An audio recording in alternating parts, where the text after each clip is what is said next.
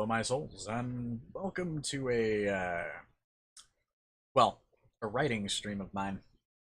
Also, hello, Robert. Hello, Andy. Oh,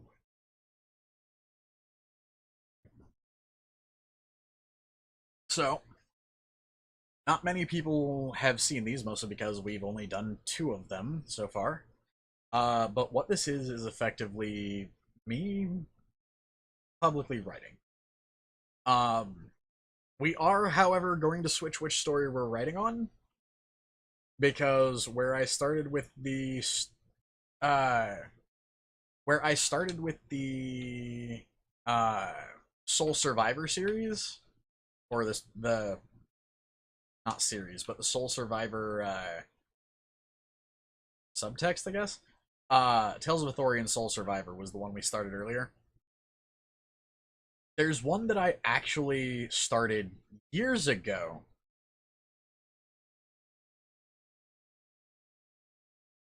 Uh that I'm going to be continuing because it's one of those stories that I feel needs to be told. And with all the crap that I've been going through over the last effectively year, I'm in the mindset where I want to do more on this book. Uh, which that is both in and of itself a good and bad thing. Because I mean, it's got me wanting to write again, but it's got me wanting to write about probably one of the darkest stories in all of Athorian's history. So that's a thing. By the way, hey, for those of you who are in the party with me, say hi. Nom. Hello.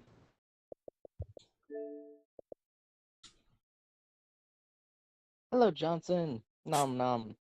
Hey, Johnson. Okay, so first things first, I'm going to read you guys off the first chunk of this thing. Because I actually have the first, well, effectively the first half of the first chapter done. So, here we go.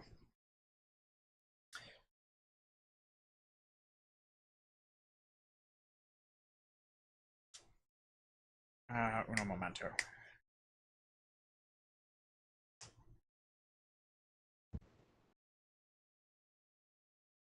Hey there, Robert.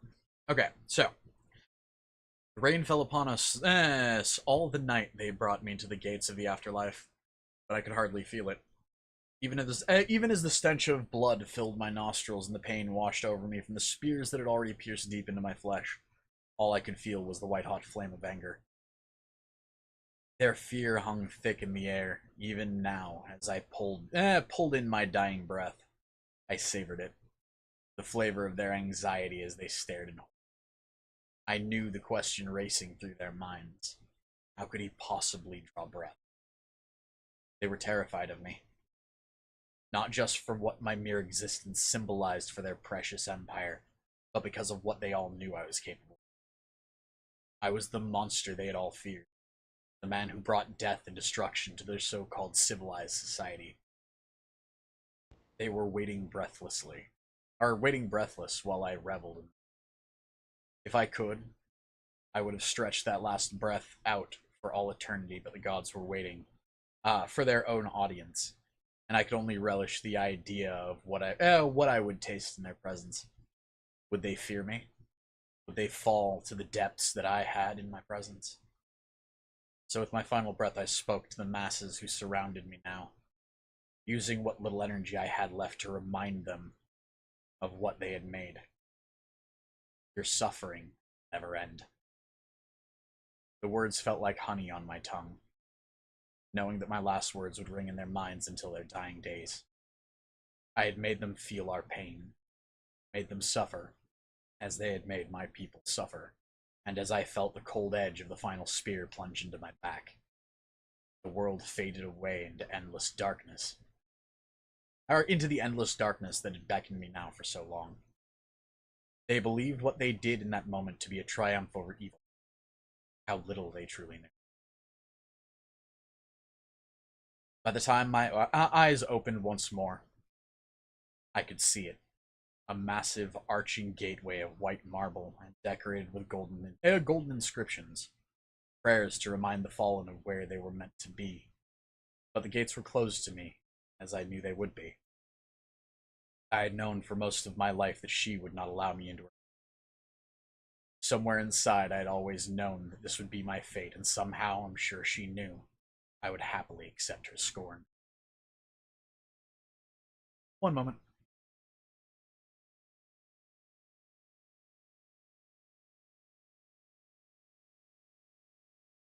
I'm actually going to bring that down closer so it's easier for me to talk and easier for y'all to hear. Kareth Soulstealer. It dripped from her every syllable as she snarled my name. The gates will not open for one such as you. I could feel it in every breath of her tone. The nameless plague I had birthed into existence had reached even the goddess of the Ethereum herself. Even if she denied my return to the flow of creation, even if she tore my soul to ribbons and left me to wander the depths of the void, my legacy would last for all eternity. But you're probably wondering what brought me to this moment, dear reader. So let me tell you the tale of how a simple child who had been born into the bonds of slavery left a scar upon the world of Ithorian that not even the goddess of life herself could ignore. It all began the day they took her from me. We were naught but pups still, and they tore her from my mother's arms. I wanted to fight them, tear their throats out with my very teeth, and I would have tried if it had not been for the broken, bleeding heap of mangled flesh between me and them. My father lay dying because of their cruelty. My mother torn forevermore, or my family torn forevermore, because of their belief that my kind were naught but animals, destined to be worked to death in their minds.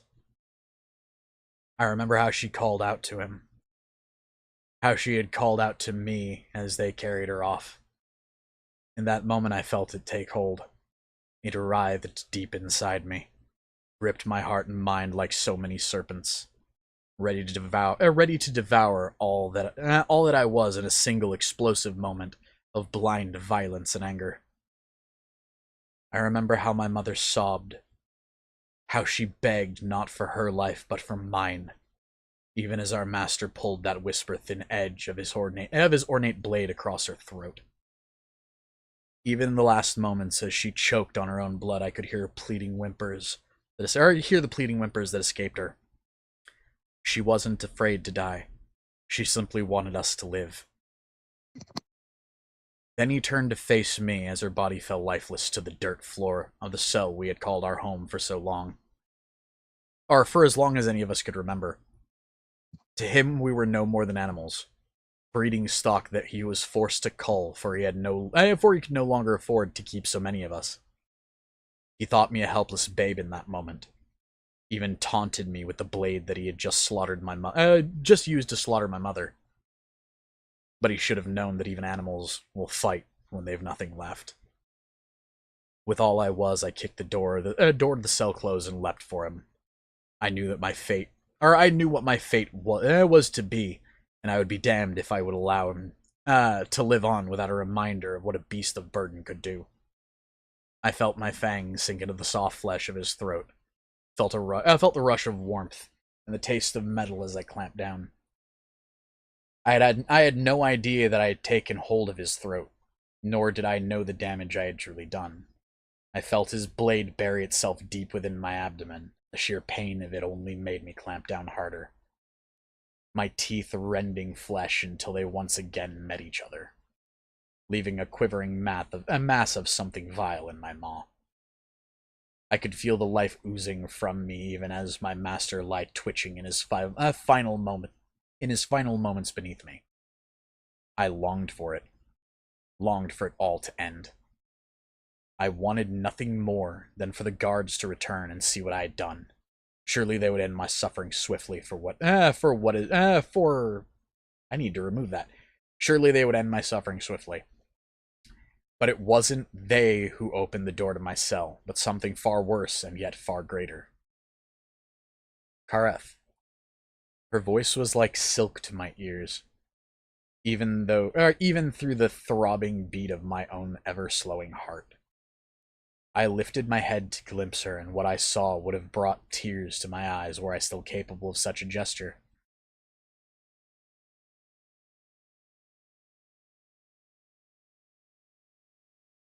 She was a draconis, with scales as pale as newly fallen snow, graced with a crest so vivid that it could have been the brush which painted the clearest blue sky.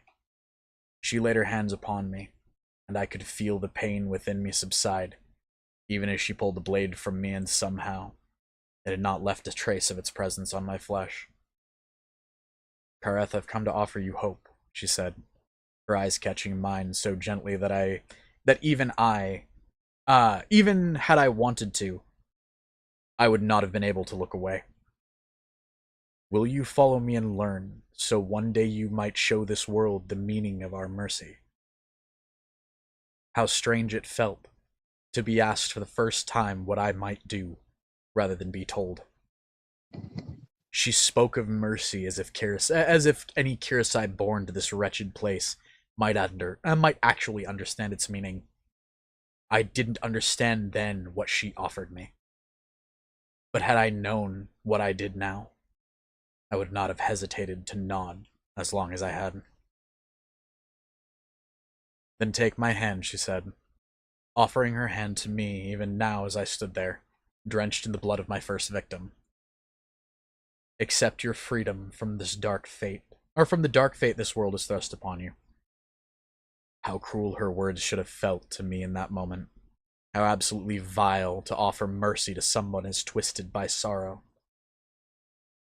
But as I reached for her, I felt something I never thought possible. The light that struck me, the moment my flesh touched hers was blinding. I had never before seen the light of the suns, and even in their fading hours, I could hardly stand to behold it. But the warmth that washed over me was too exhilarating to ignore. I was free. For the first time since my birth, I could smell the crispness of the fresh air, feel the warmth of the sun upon my fur, and for the first time since I could remember, the agonizing blows of a guard's sabaton didn't come when I fell to my knees and wept. I was allowed to mourn. I was offered comfort in my anguish. If only this woman had known the darkness that grew within me even now. She spoke of mercy. But the most merciful thing she could have done for me would have been to let me die. How cruel her kindness should have felt to me. But in my moment of helplessness, how could she have ever known?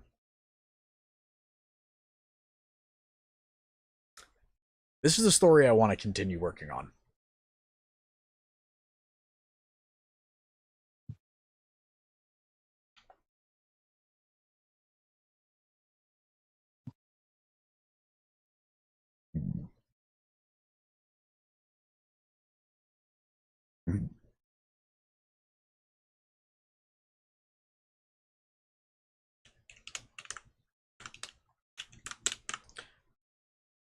All right. Let's title this one Upon Her Altar.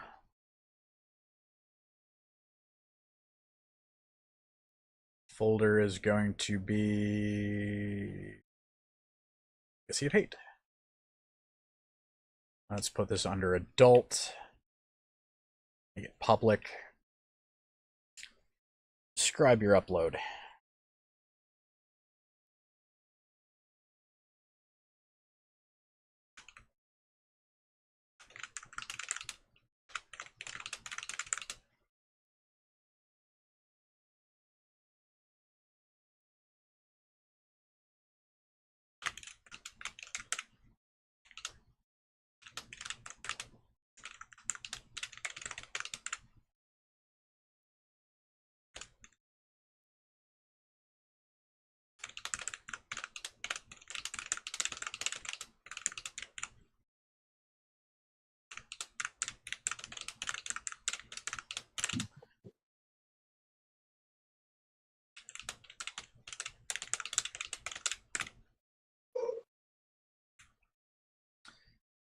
That's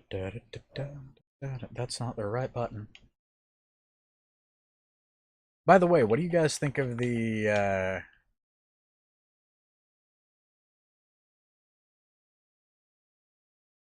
story so far? That's good. So, was what you read the prologue and first chapter? It was the prologue.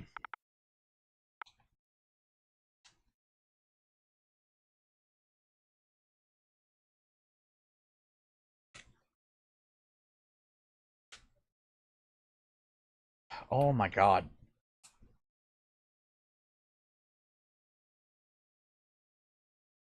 There we go. That's how to do that. Ugh. I'm getting eepy. Well.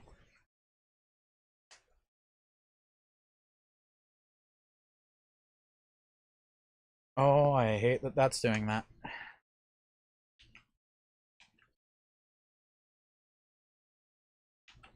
Your story's really good so far. I'll say that. Well, thank you. Mm-hmm. It reminds me of a more violent version of a book series I read. Well, I haven't read the whole series, but A more violent version of yeah. There's going to be a lot of violence further into this book. yeah, it's like There's a more violent. continue. Sorry. No. Continue. It's a more violent version of what? Uh, Chronicles of Novan. Heard of it, never read. Hmm.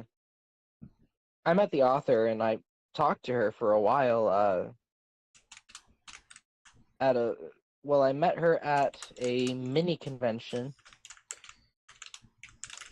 in because she's an Ohioan author, and then I continued to Gmail her and stuff, and um ask her if I could make like a fan film of it, which never came into fruition.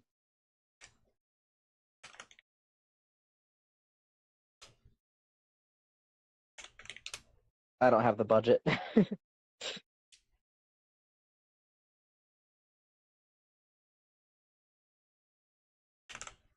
But I found those books incredibly good.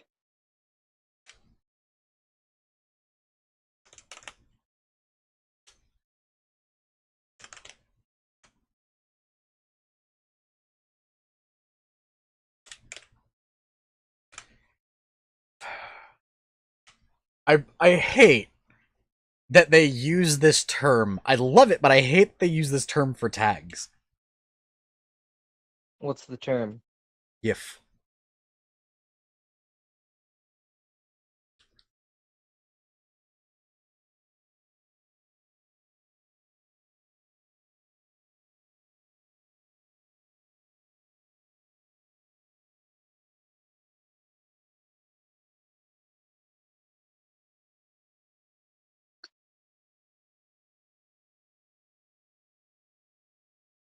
Did you say YIF?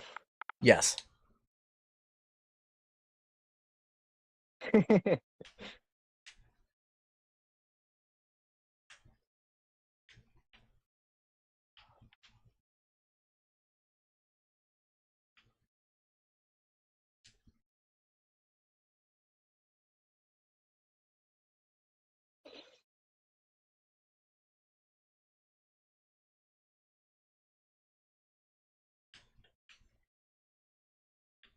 Okay, uno momento, I need to do a thing. So we're gonna do that.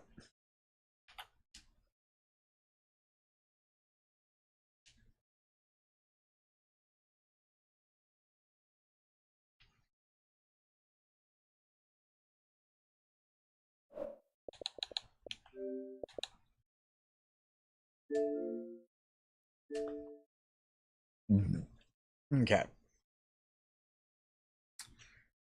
Oh, woo. Well, good to know, Ramon.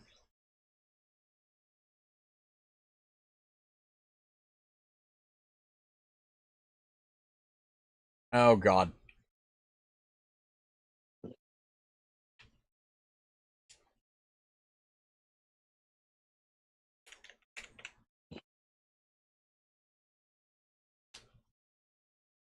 Oh wow, hold on. I was like 5 to 10 minutes behind on stream. Damn. Why? I don't know, it just lagged behind.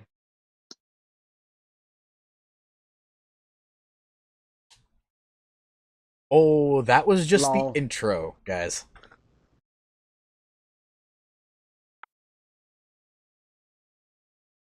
I have a feeling a lot of you guys are gonna be like completely just like so shocked by this book. I have a feeling too, because understand. Do you know what one of this guy's abilities is? Well, it's alchemy, so I'm scared. It's not just alchemy, it's a specialized form of alchemy. So, you know how alchemy is a ranged attack sort of thing? Like how Yeah. most alchemy is long range to some degree? His isn't. Yeah. Oh. It's very close range. He absorbs elements and casts them out of his palms. He's effectively a living shotgun for any element he absorbs. There is literally a historical moment where, when he is fighting almost an entire battalion of people, he just kind of grins, stops, and lets 6 of them stab him, sinking metal into his body. The problem is, when they stab him, he's channeling, which means he's not taking damage, he's absorbing the metal. He just kind of grins, stands there for a second, asks them if that's all they can manage, and when they start freaking out, holds up both hands and starts letting off what's effectively shotgun blasts of jagged shrapnel, blowing away a good half of the battalion in 3 shots. So, think a shotgun shell about twice the size of a tank round.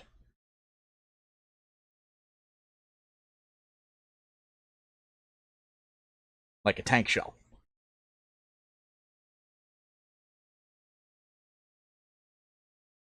And a shotgun Or already blows. imagine like seeing a man standing there with the dust of the ground, dust on the ground, just kicking up and swirling around his legs, all the while holding out his hands and firing off chunks of stone with the speed of a bullet in a rapid succession, just becoming effectively a living chain gun.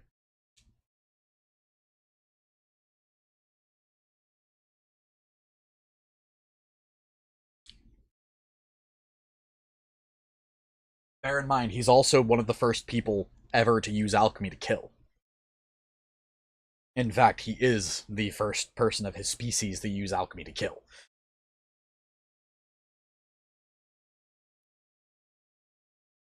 He's also the one that corrupts the flow of creation, bringing out its violent nature, uses it as a power to decimate entire cities. And we're talking about a guy that would walk through a town not giving a shit, just killing every person that comes up to him. Just because they're Imperial citizens. Like, he wages a war against an entire country single-handedly.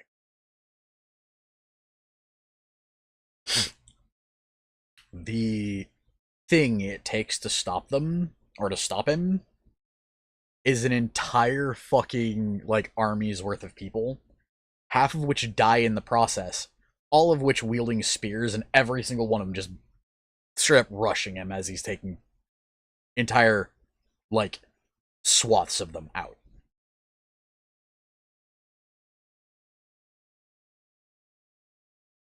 What finally kills him is 12 spears.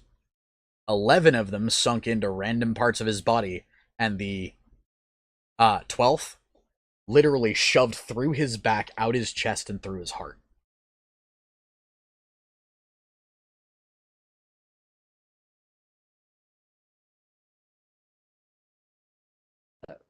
Excuse me. This dude is one of the most powerful beings in Ithorian. He's the first alchemist to use alchemy to take a life. He's the first one to weaponize it. And this is his story. The entire book is planned to be from the moment you just heard me reading off until the moment he actually dies. And everything he goes through. The character is defined as so lost in his hatred that not even love can touch him.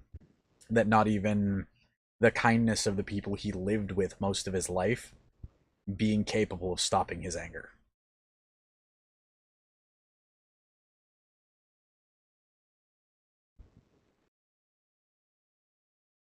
You'll also learn the reason why, because I've told you him and his sister are telepathically bound, yeah? I don't remember that, but yeah. Well, him and his sister are telepathically bound. That's the her that was crying out for him as she was being taken away.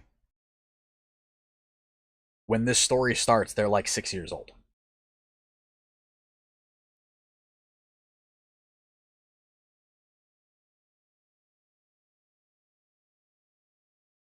Kinda, yeah. Here's the catch. Imagine somebody like Magneto, but instead of being able to control metal, they can control every single solitary element that the world is made of. Everything. Dirt, wood, air, fire, water, everything. You give him a glass of water to drink, he can drink it down, point a finger, and put out such a powerful blast of water that it can cut through a man in seconds.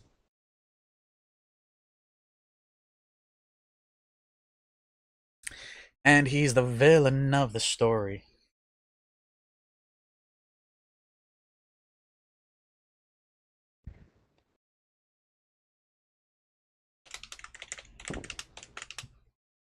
This is a half-hearted joke, but he sounds like most of the internet.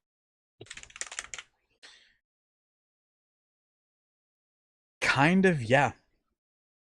He is a person so lost in his own hatred for the world that he can't see anything but. Understand, from the moment that you just heard in that story, at the age of 6, he so very badly hates the Empire and everyone who would become a part of it, whether they're soldiers or just citizens born to the country. He hates them so much that to him, they're not people. They're just creatures to be culled. They're a plague upon the world that he needs to be the cure for, when in reality, he's technically the one creating the first plague. He's a hypocrite. Very much so, but at the same time, kind of justified given what the Empire is, but not really justified given what the Empire is. So think of it this way. Imagine if from the moment you could stand and hold a pick, you were expected to mine day in and day out for the rest of your life. And if you so much as made a sound or so much as whimpered, a guard would beat you within an inch of your life. The only way you could get a break is to be effectively beaten to a point where you're about to die. And the only thing that is considered rest is the few days they would give you to recover before they force you back to work. Injuries be damned.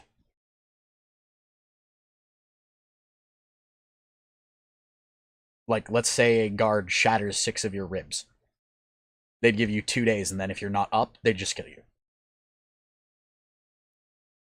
If you can't work, you're a liability. If you don't work, you don't get food. Which, by the way, in those days of recovery, they would starve you.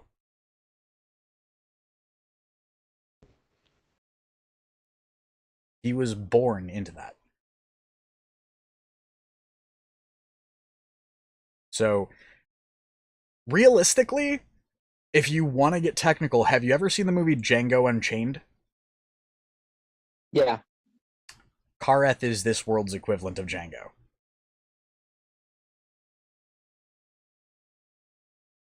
A slave that was taught to use a weapon, who became excessively good at it.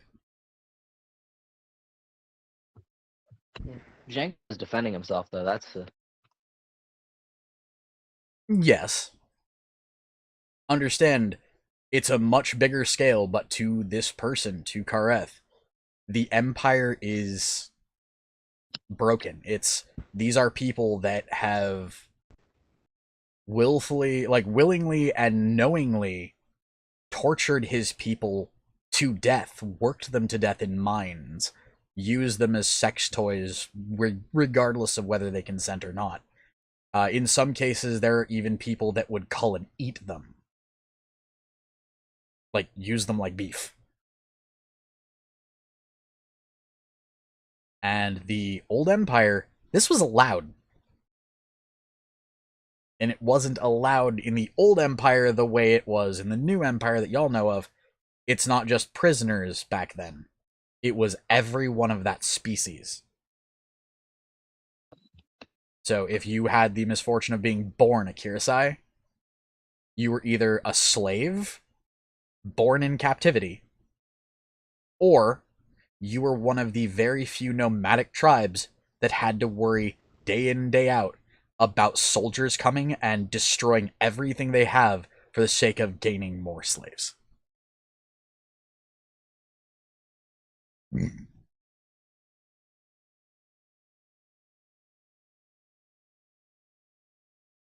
What? Bit fucked up, yeah? Well, Gotta point out, he's also very one-track mind in the sense that, remember, he's one member, he's one out of one of every species. That means he's Kirisai. Among the students that learn beside him, there is a Felis, an Inari, a Draconis. So, a Equus,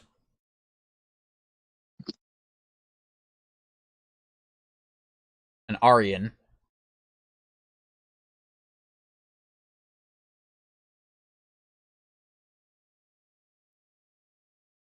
an Urson.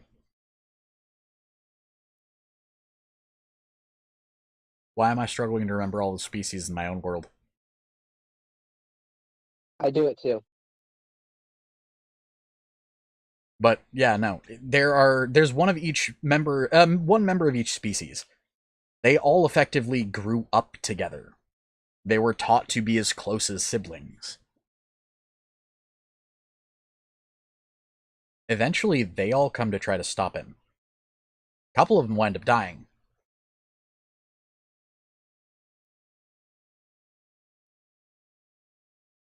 The only mercy he shows them is to tell them you can either choose to stand down, or I won't hesitate to take your life. The ones that die don't back down. A couple of them do, and live to regret it for the rest of their lives.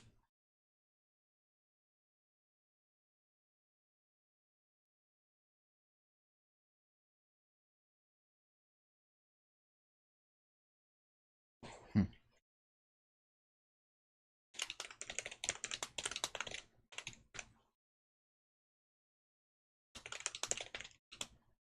Loki sounds like the Anakin of this universe.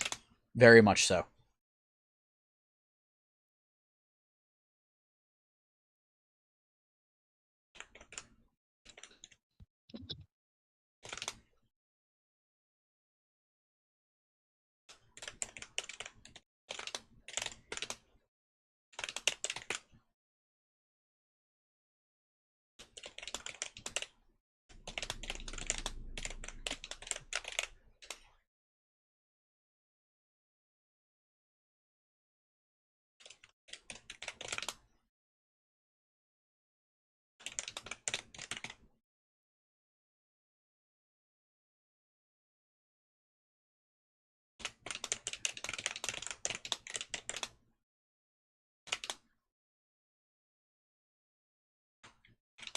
I feel like my main character is the exact opposite of Karat.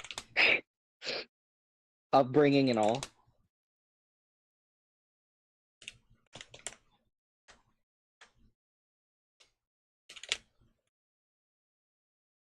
Sorry, I'm interrupting. No.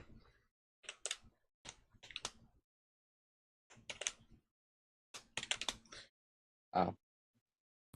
What's Like up? on your end, he was born into captivity. He got freed. Well, kind of freed himself, and then got given mercy. No, no, straight up. Understand, if Valden had not freed him when she did, the reason she uses a power to teleport him, if she hadn't, or if he had not nodded and accepted her offer, the guards were already rushing towards his cell. He would have been dead within moments. The price paid for a slave who so much as talks back to their master is death. And he had just killed one. Not just death, he would have been publicly tortured to death. Ah! Sorry for bumping the mic. Yeah. So no, my character Zach, he's the opposite of that. He was born into, you know, a comfortable home. It was all taken from him. And when faced with the people who did it, he still showed them mercy. Kareth is the absolute opposite of that. He doesn't show mercy. Like, his idea of mercy is to put somebody out of their misery quickly. Otherwise, if he really doesn't like you, he'll. Have you ever seen Buffy the Vampire Slayer? No, I want to. I know it's a meme. Have you ever seen the clip from the show where a red-haired young woman's eyes suddenly turns black, she holds up a hand, and then some dude's skin flies off him? I've never seen that, no. Ooh! It is late season, so I'm not really going to spoil who or what does it. But that's effectively the level of power Kareth is wielding.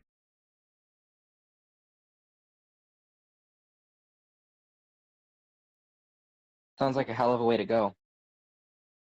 I mean, in the TV show, yeah, he dies effectively writhing in pain.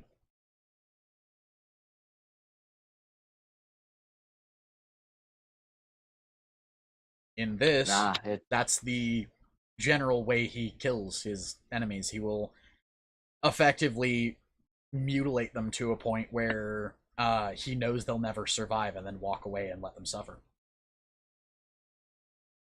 If he specifically doesn't like you, he'll slowly kill you. It'll take weeks.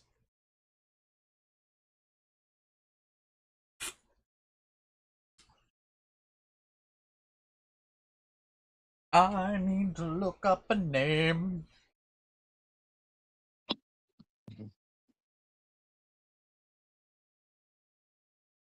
Most of the stuff that I've come up with for my character, I've acted out when I'm alone. So there is a scene, like, I don't know if it's gonna, I don't know when it's gonna be, but it's probably like late in the book where. Hold that thought really quick. Hey, Johnson. All I can say is, with everything that's happening on the East Coast right now and around the East Coast right now, be safe.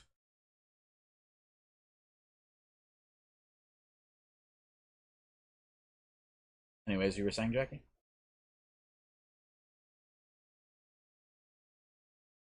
You were saying?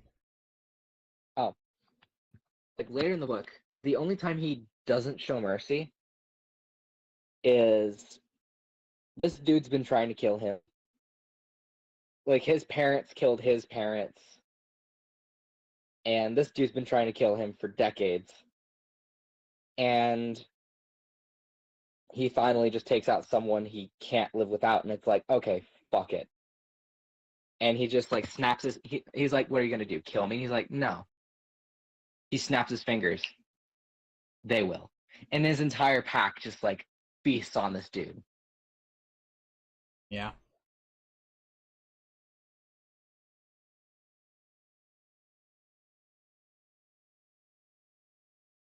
Because he's had enough of the shit. He tried saving him. He tried redeeming him and everything, and it's like, well, you're Arlen's still trying to watch. kill me.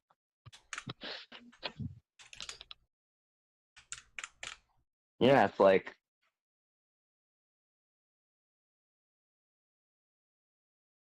he got tired of it after 30 years, 40 years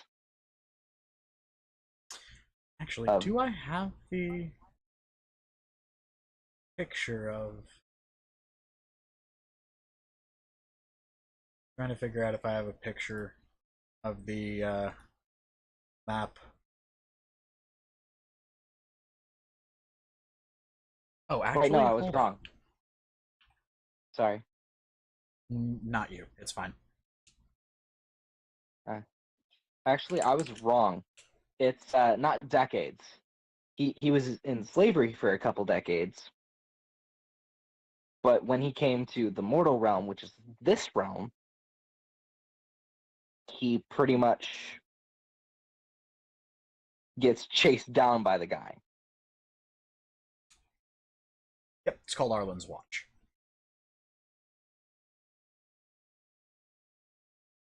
It's already been done before?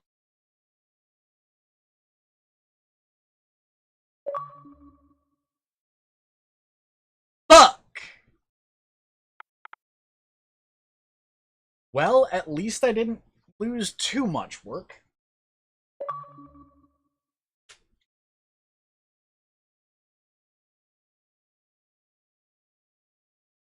I should probably be doing this in a thing that's not going to die on me.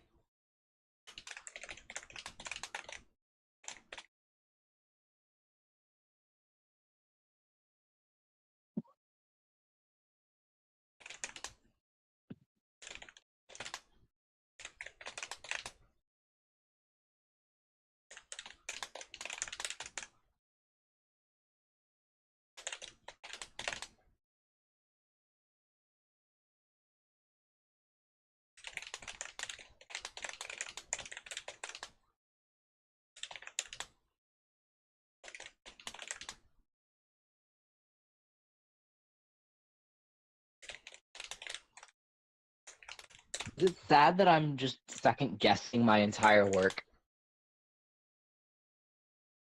I mean, no, that's kind of what a writer does.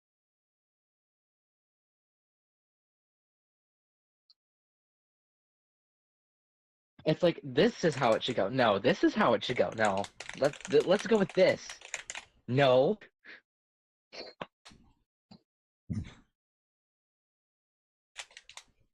I hate the indecisiveness of myself.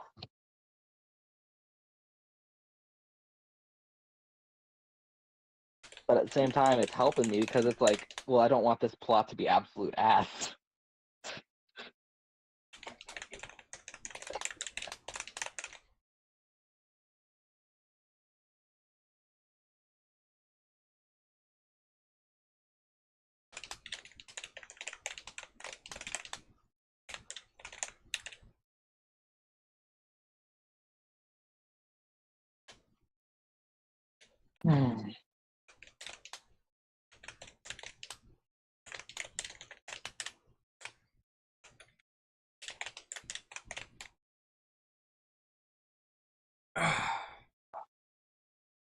I should probably be doing this in Google Docs, but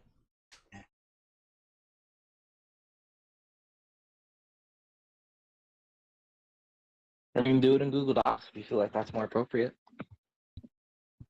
it's not so much that it feels more appropriate. It's that it's less dangerous.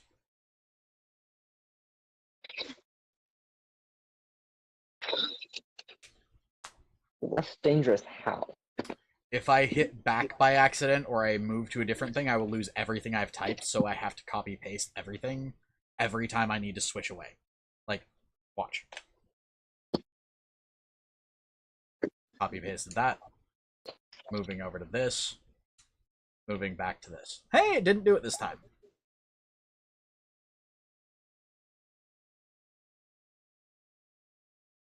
Oh God. Okay. Ah.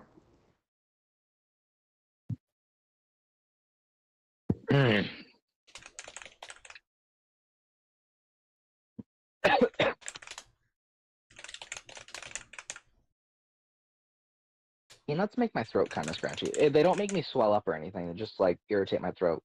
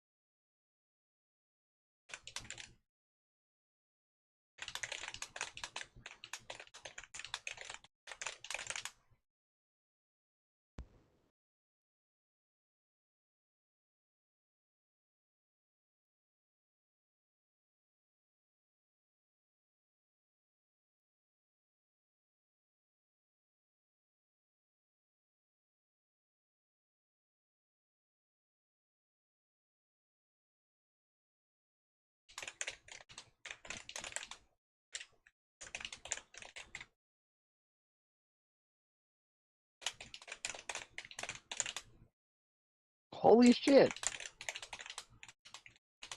What's up? Jelly Roll is hosting Saturday Night Live.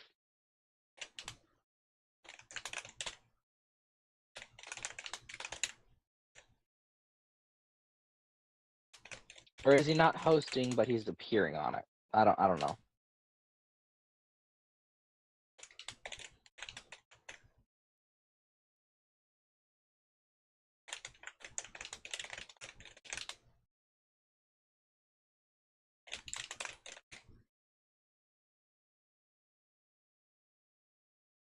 Sorry, that's the first time I've seen like a rapper on SNL.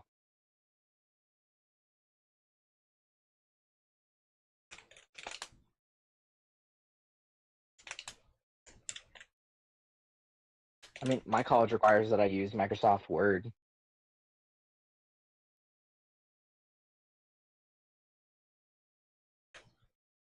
So,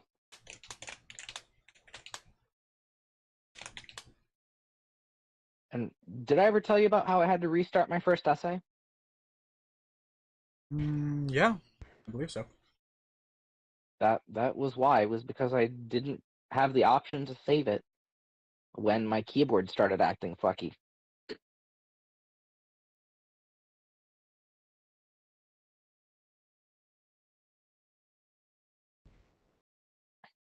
My game is being a bit glitchy.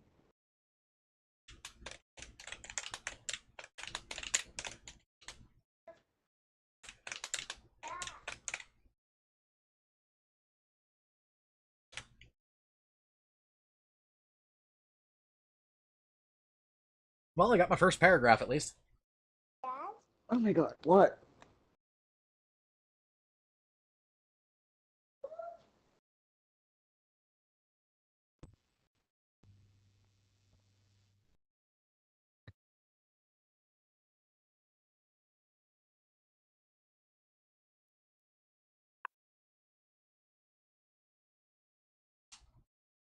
I don't know why I indented all of that so fucking much.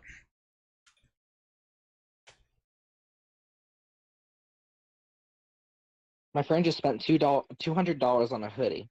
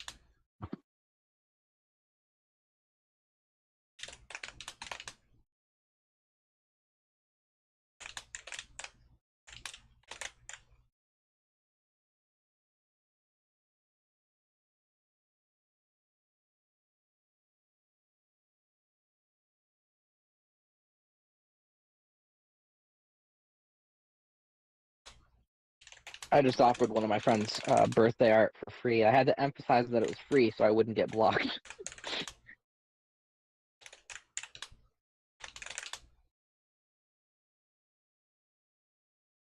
I'm sure he wouldn't block me because he trusts me, but like, I would block someone if they just started asking for me to commission them because that's happened too many times.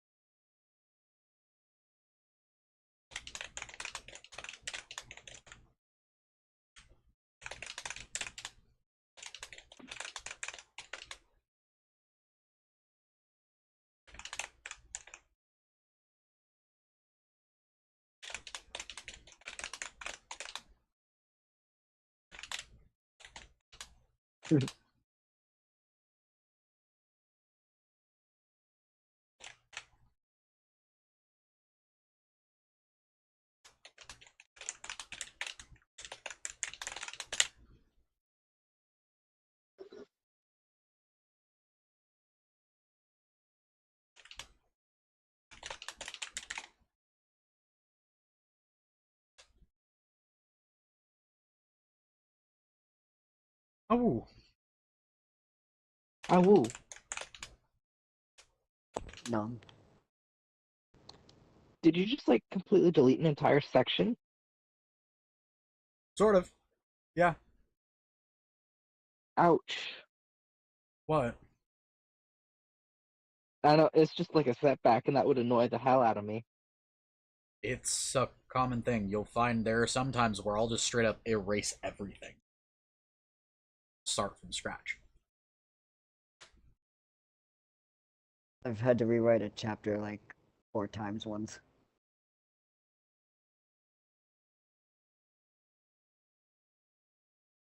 By the way, this book is actually going to bring to life the idea of what the sky at night looks like.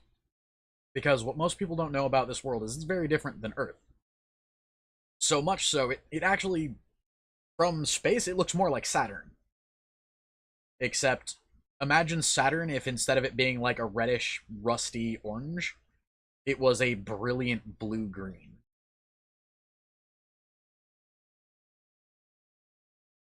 So it's got a ring around it? It actually has a white ring around it that reflects the color of the world itself. So it has this, like, crystally white blue-green hue that in the day, it just looks like nothing. You can't really see it. But at night, oh, it lights up the whole sky. Think Aurora Borealis. That's pretty. Yeah. Hello, Burb.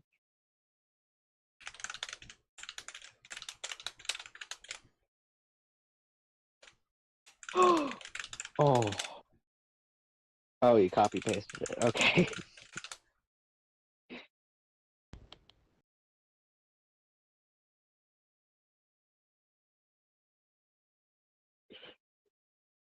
I felt pain, secondhand pain.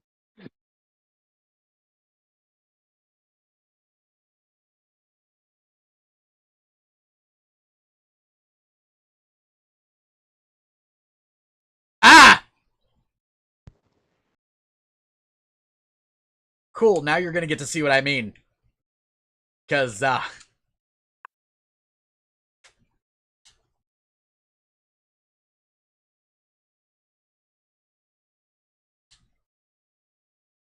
hey Jackie, I accidentally hit the back button. Yeah, No.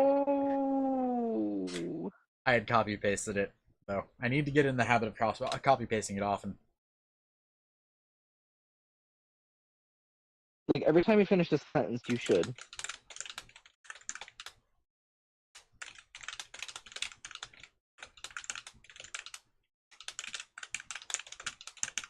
Honestly, I'd just use Google Docs. It's less dangerous.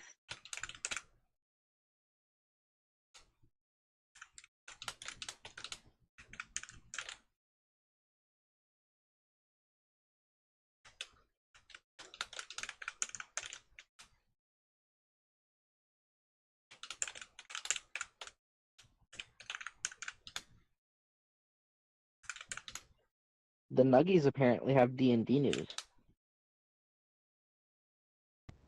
Not the Nuggies, but Burb.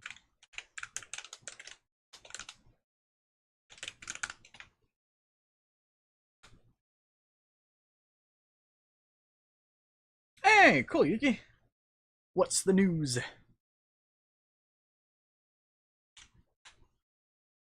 Okay, by the way, you let me know the news. I will be right back. I'll read when I get back. I need to pee. Ah! Oh my god. Piss break. Yep. It's a pee break, everybody. Be right back.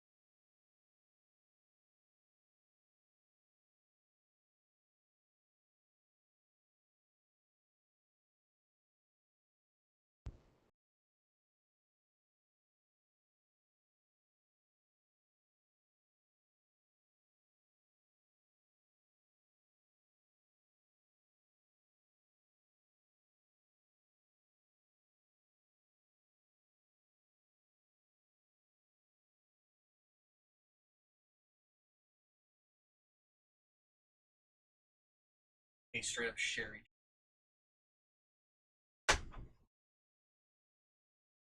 Ah. I overturned. Koopa Bard is doing. Oh, it's a Paper Mario themed game. Cute. I thought Joey invented that. What, Paper Mario themed game? Paper Mario themed game, yeah. We were gonna invent that. I mean, understand, pretty much everything out there has been invented.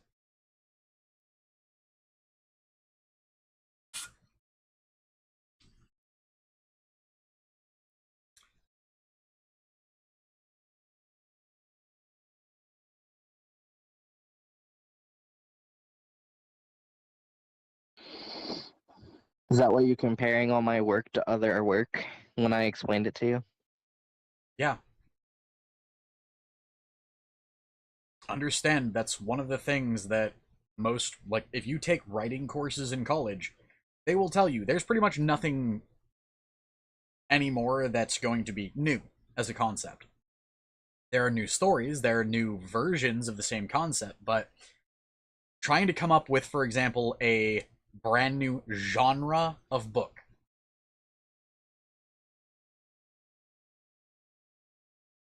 or a brand new genre of story is near impossible.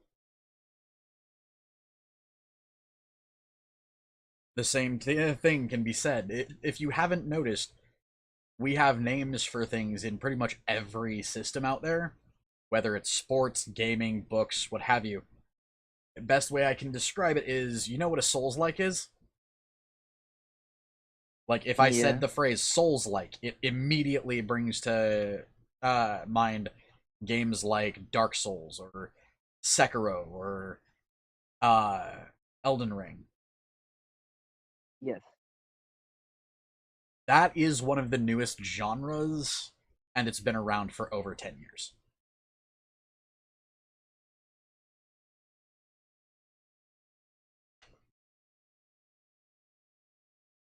and even then, it is not considered a genre in itself. It is a subgenre of something called dungeon crawlers. Or not dungeon crawlers. No, it's technically a dungeon crawler.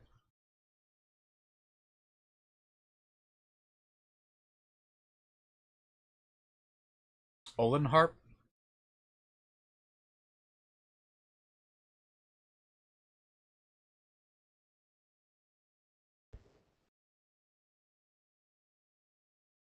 What are you talking about, Ramon?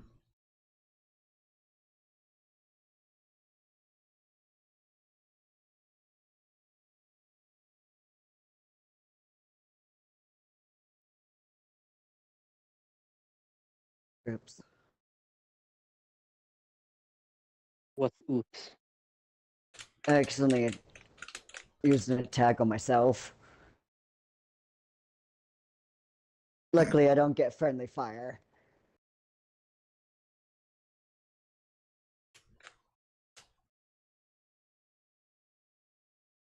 Yes. Oh, shit. No.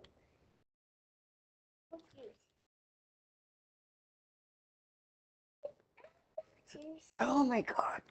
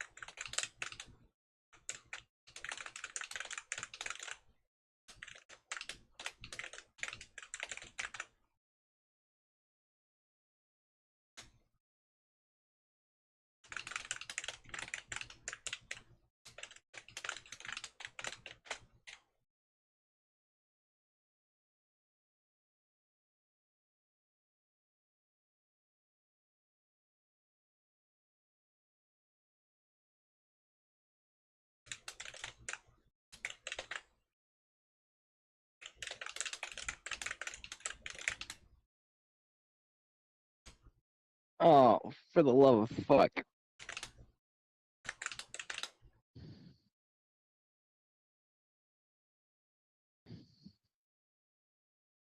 I forgot to call the freaking college and tell them about my withdrawal. What do you mean? I'm withdrawing from 2 courses. You forgot to issue the withdrawals then? No, I forgot to tell financial aid about it and ask how it might affect my FAFSA. Yeah, it'll definitely affect your FAFSA. Get that reported ASAP or you'll owe them.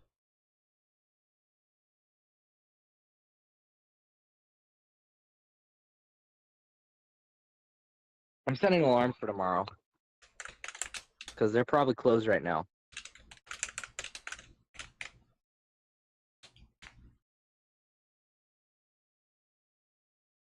But for about 2.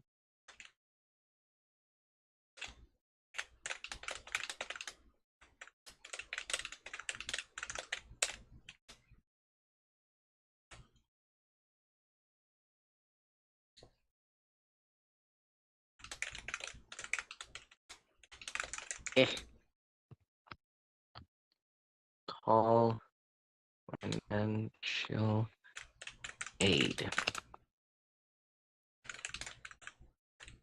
Bunch of exclamation points.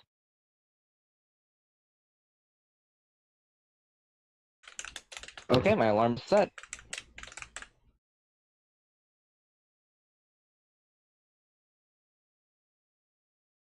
I just realized I'm going to work at 2 tomorrow. Fuck.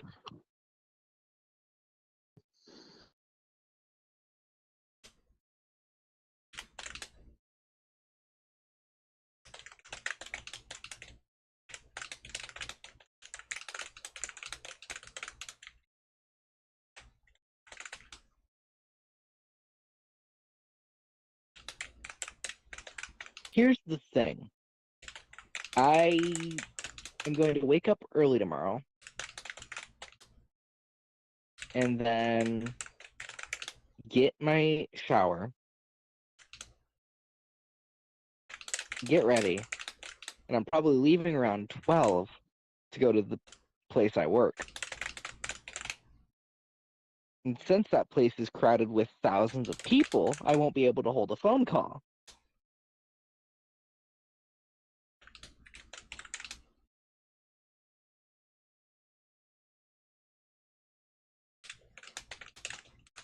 Should I just do it Sunday? What's up? Oh, I was explaining. Here's the thing. I go in at 2 tomorrow. I wake up in the morning, get my shower, get dressed, like my uniform and everything, get ready and get my shoes on and stuff. Head to the place I work at about 12, if not before that. And the park is going to be so crowded with thousands of people, I won't be able to hear the phone. Should I just call them on Sunday? Sorry, trying to focus. Typing and my brain died. What? All good. I'll. It's. I have a morning routine. I leave around noon, if not earlier, to go to the place I work. That place is going to be crowded with thousands of people, so I won't be able to hear the phone. Okay. Should I just call Sunday? Do they have an email? Yes, but I was told to call them. Okay. If you can call them tomorrow, if they are open, then call them tomorrow. If not, email them to be sure, and then call them call them the next time they're open. The reason I say email them is because it gives you some semblance of safety in case they tell you something like, well, you didn't do this quick enough, so you're screwed.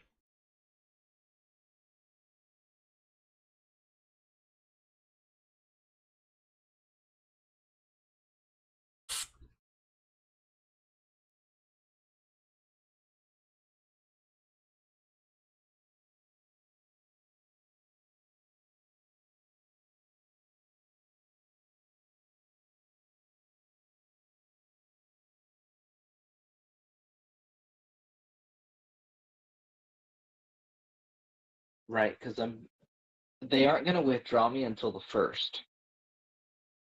Yeah. So if I get a hold of them before the 1st, I'm good.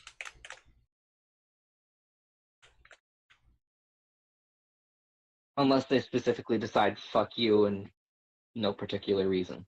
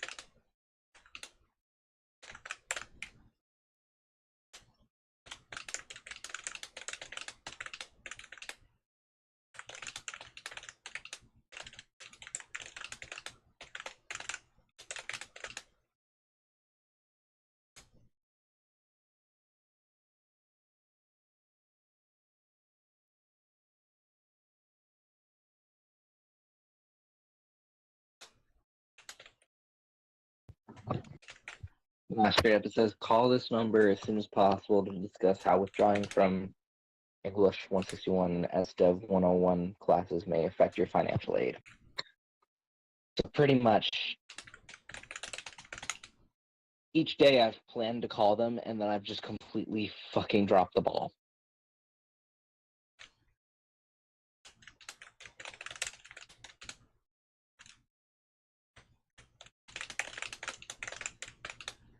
This is why I can't live on my own. You can, you just don't. You have a lot of things that you would need to learn before you're capable of it. Anyone with a disability like that, unless they're completely gone, can live alone. You just need to learn how. Good example. You know me, yeah? Yeah. A lot of people have claimed I would never be able to live on my own. Also, hold that thought.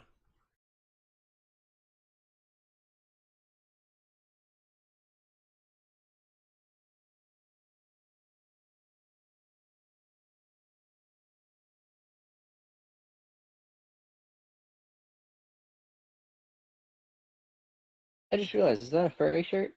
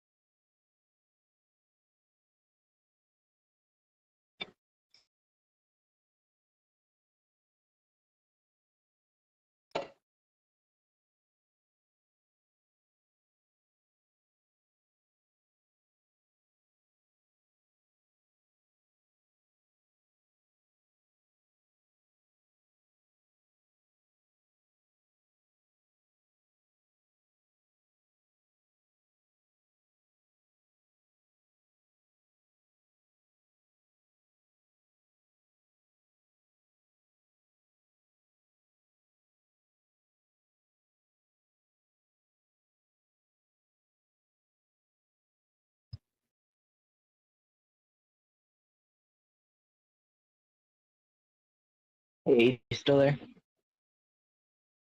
Yes. Yay. Okay, so at Dollar Tree they have these amazing things called snaps.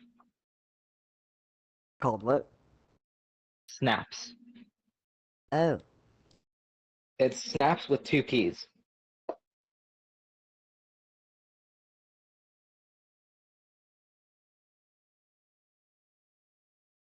And there are things that range from loaded potato sticks to mozzarella sticks to um, fried mac and cheese bites. Just pop them in the oven or the air fryer or whatever you need, because I have instructions for air fryer and deep fry.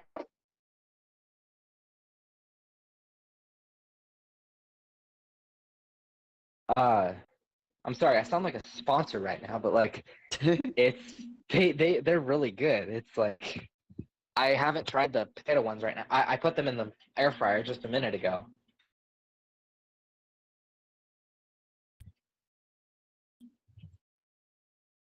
Yes.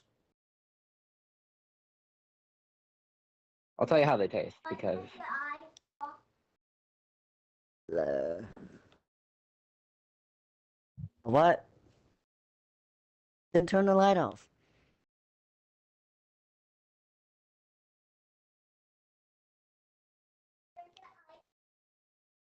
Good job.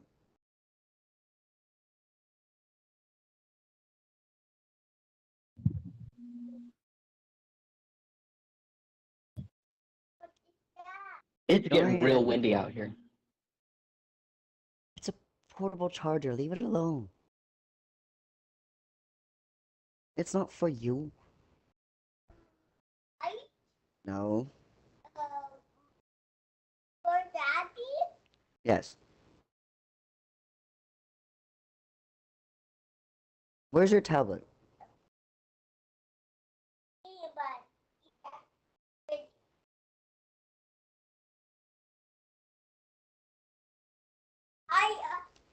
I got it. Okay.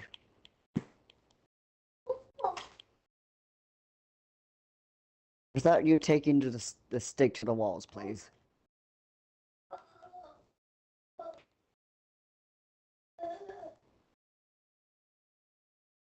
The monster sounds adorable. Yes. Until he gets on people's nerves. Well, my nerves.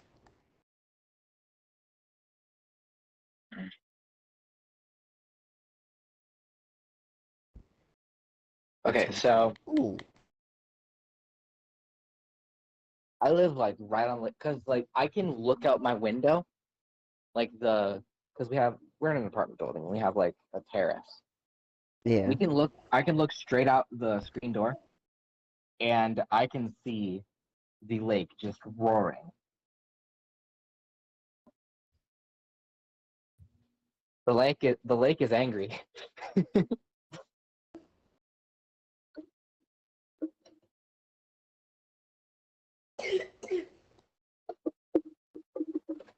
I see his cough hasn't gotten much better. No.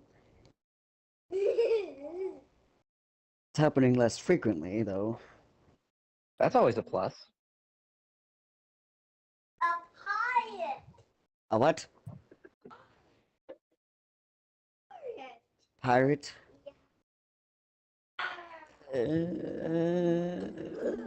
I mean, he has eye patch. Oh, I returned, and sorry for being gone so long, but this is why. Hold on, I need to look at stream. I'm currently in the kitchen. A pirate. Oh, somebody brought Okay. me, well, my mother brought me dinner. Ooh, what is for dinner? Well, let's see. It is A pirate. from Subway. A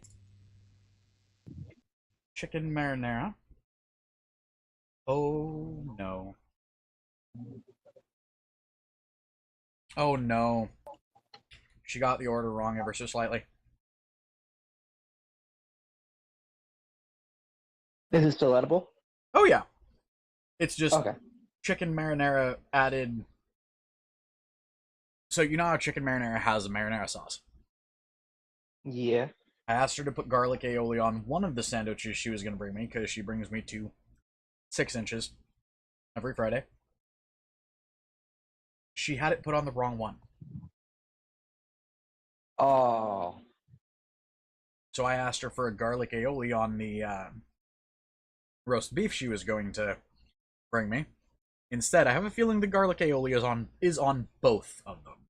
So now I've got a garlic aioli chicken marinara with black olives, onion, a little bit of lettuce,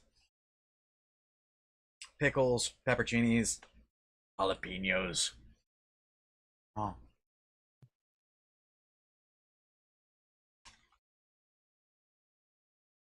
That sounds amazing. Minus the fact that I can't handle spice worth a shit. I was wrong, it's not weird. Oh my god. It's good.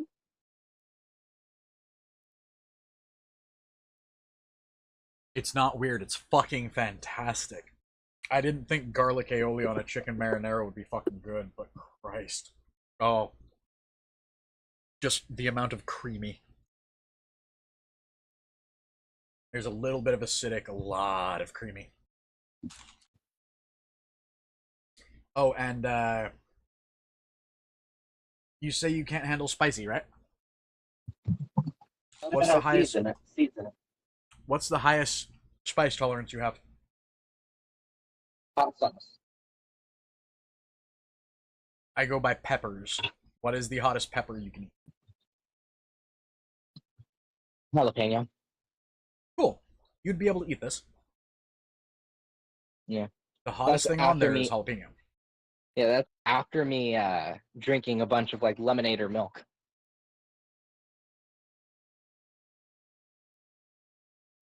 Hmm. I mean, I'd eat it first, then drink the lemonade or milk. Yeah. Understand? On the 25th of this month, I went out to Carl's Jr., got their ghost pepper burger, and asked them to put triple the amount of ghost pepper on it. The Yeah, I know person yours. that sold it to me then sat there and watched me take a bite, thinking I was going to freak the fuck out and need a drink. He watched me sit there and eat 2/3 of it before finally picking up my soda. That's because you're a spice fiend. Big time. Understand, I started eating peppers when I was a little kid. My brothers thought, "Hey, let's give him one of these." And they gave me a cherry pepper, thinking, you know, he's 5, 6 years old. He's gonna hate it. It's gonna burn like hell. He'll never want to touch it. No, I ate the whole fucking jar.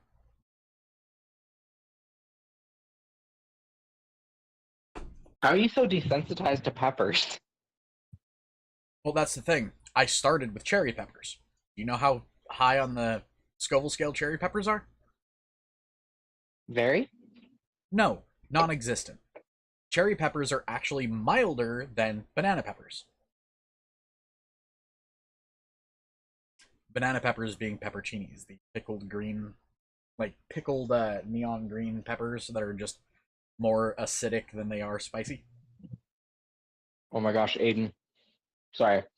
I told Aiden that I tell him how these baked potatoes sticks taste.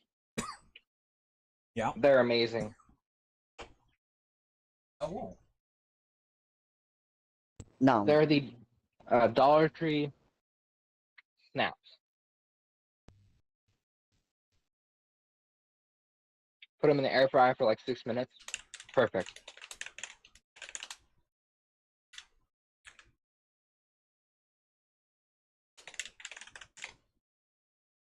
So, tell me that this isn't a good fucking line. Or a good fucking paragraph. Standing there in that moment, I felt at peace for the first time since I could remember, but the silence was soon to be broken. There you are, came a voice from behind me. One soft as the sea and vast and soft as the sea is vast and gentle as a mother's touch. Valden told me we had a new arrival, she continued as I turned. How horrific I must have looked to her in that moment. A creature naked as the day I was born, half drenched in the blood, in blood, and caked in dirt and grime, and yet she smiled at me all the same. Valden. The name should have been foreign to me, and yet I knew it as if it had been part of my memory since I was born. It was the name of the woman who offered me hope, who offered me mercy. It was the name of the being who would soon become my mentor and who eventually would come to curse the day she saved me from my masters.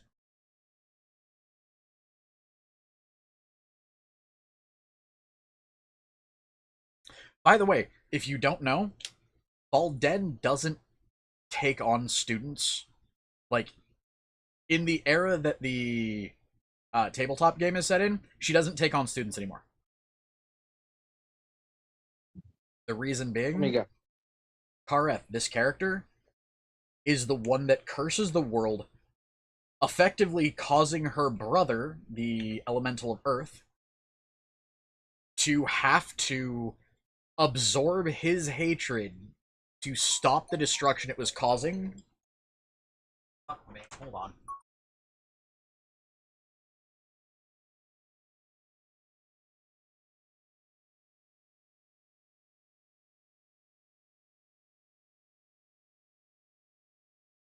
But and these got like bacon in them, pure baked potato. Sour cream.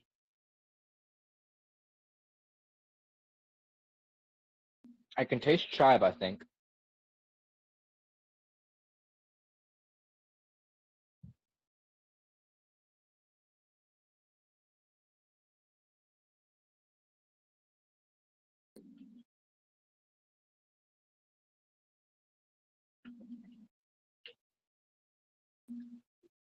It's amazing.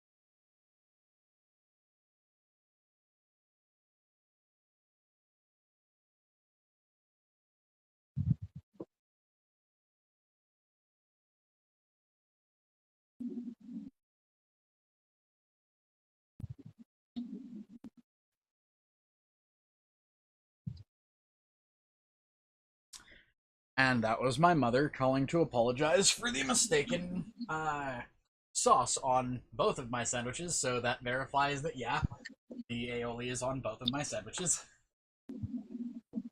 At least it tastes good. Oh, fuck yeah. Like, straight up, I think this is becoming a default point, because this garlic aioli.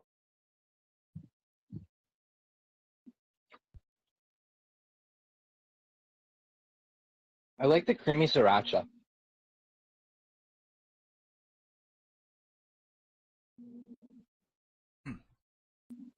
Their chipotle sauce is fucking amazing. But, like, this is the weird combination of, like, spicy sweet that is just really good. And I gotta tell you, their garlic aioli, if you take, like, a tiny bit of it just on its own and put it on your tongue, you'll be tasting garlic for the next couple days. It is overpoweringly fucking like garlic. Mm. Understand? when I buy garlic, I buy it by the fucking 5-pound bag. Mm. I ate one. Like, I ate a clove of garlic once. Hmm. About What 5 minutes later, I wasn't. What kind of garlic? I don't know. It was just like this giant thing of garlic. Not Giant, giant, but like, it was like a. I was gonna say, was it No, giant as in like the size of a grapefruit? no. It was about the Ooh. size of a mandarin orange. Oh, then yeah, you might still have had what's called elephant garlic then. I ate one piece of it, and about 5 minutes later, my stomach was like feeling weird. And then 30 seconds after that, I was rushing to the bathroom to throw up. Yeah, it's because there's a shit ton of acid in it.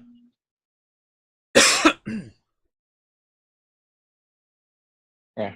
My uncle was in the war in Iraq, and apparently they used to like. I heard from someone that like the veterans and stuff, they had to like eat garlic that way they could like disguise themselves or whatever.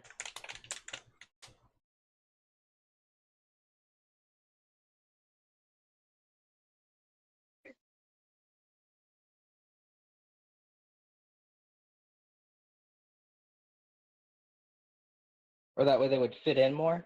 I don't know.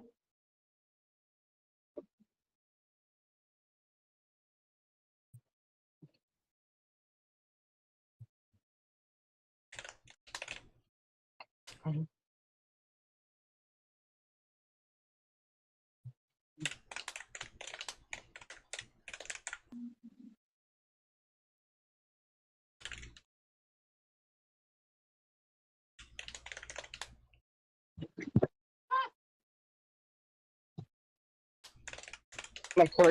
My headphone cord got snagged on a drawer, and then my phone almost fell to the floor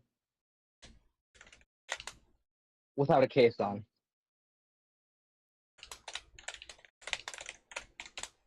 That was terrifying.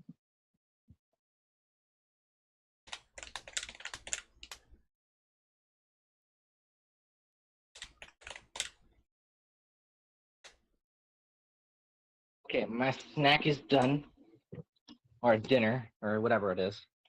I'm watching Le Stream.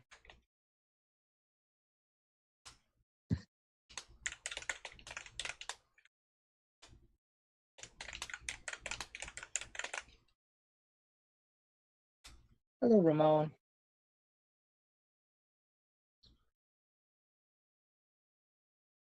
Hi, Caesar. Come here, Caesar.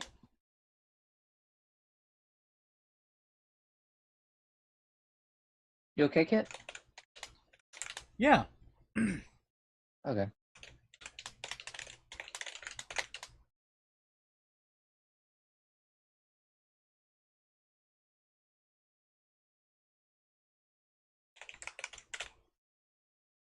Caesar. Come here, Squee.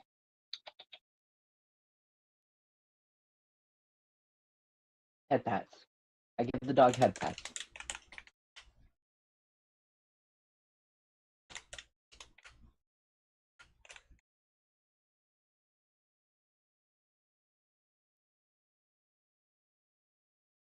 Kit, does Sparky just randomly lick the bed? Yes. Most dogs do. Do you know why? Why? Salt? Yep. Salt and flakes of skin, effectively.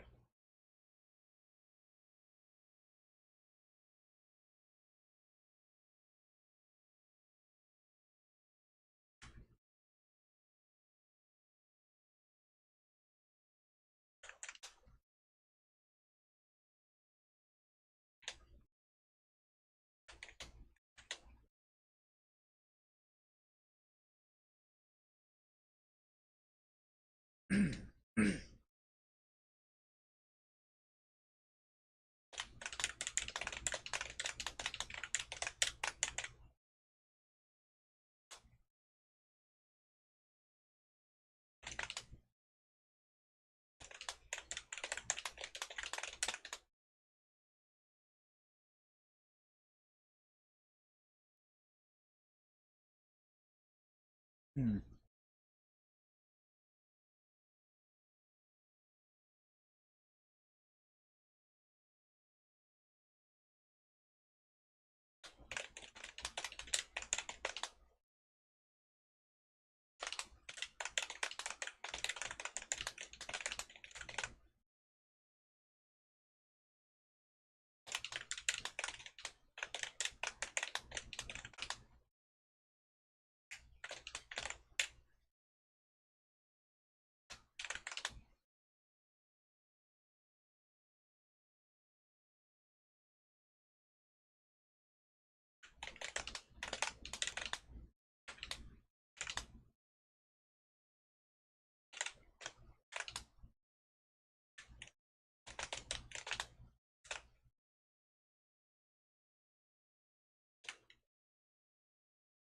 Okay, Kit, should I be confused with this? My friend is like, it's their birthday today, and they're a minor, to my knowledge. But their persona ref sheet says that their persona is 19. Nope. 100% no. That is a child who is too young. No, not too young. That is a child who is too, what's the word? Eager to grow up.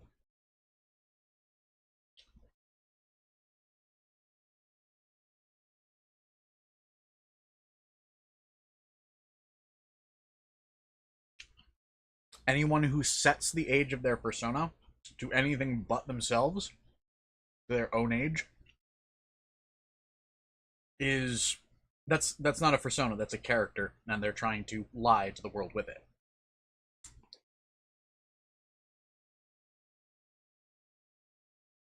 So, no. I don't care what you say or what you claim your persona's age is, they're the same age as you. Simply because your persona is how you're seen and how you're perceived within the furry community. And saying, hey, my persona's 19 when 16. That's literally just a way to lie to other people to get into adult spaces without actually being an adult.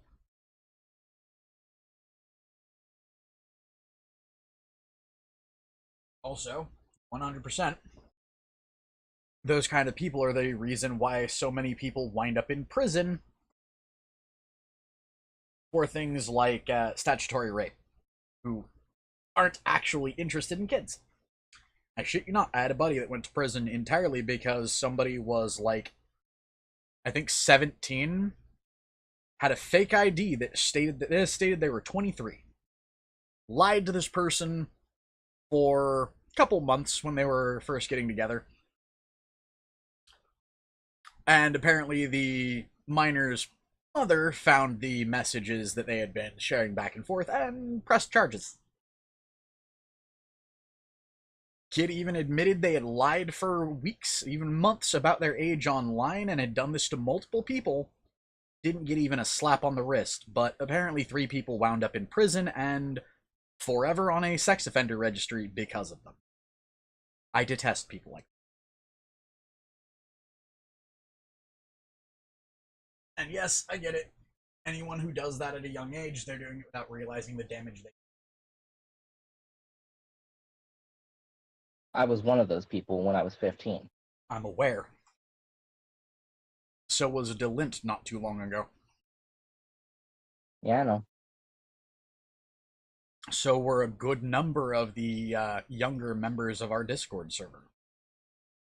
Understand, that's one of the reasons why our server has a ID required to get into the adult areas of it. And why I have such strict rules on PG-13 in server. Well, in the majority of the server, mind you. Adult areas I don't give a shit about. You can say or do whatever the hell you want so long as it's legal. Like, so long as you're not breaking the law, that's fine. You've already showed that you're an adult. You've already done that. It's also why we have the rule of if you do that and show a fake ID, and if it gets found out, permabanned, and I will at that point refer your parents to either counselors for you, or if I can't manage to do that, I'll straight up send you and your information to the police and have them contact your parents for it.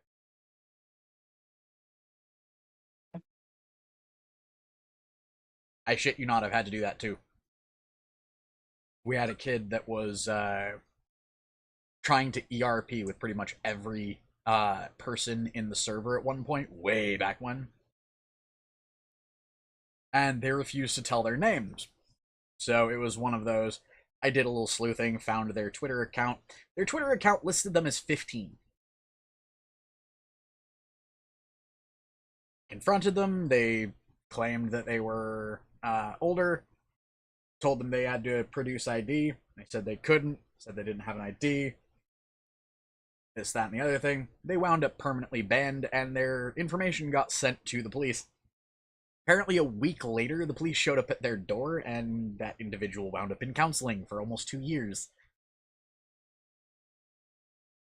Reason being was apparently they had also been abused by a adult in their life. So upside, they got counseling and learned what is and isn't appropriate. Downside, well, actually, another upside, whoever it was that had been abusing them apparently got caught. Downside, they're effectively banned for... This is 2024, yeah? Yeah, it's 2024. Until October of next year.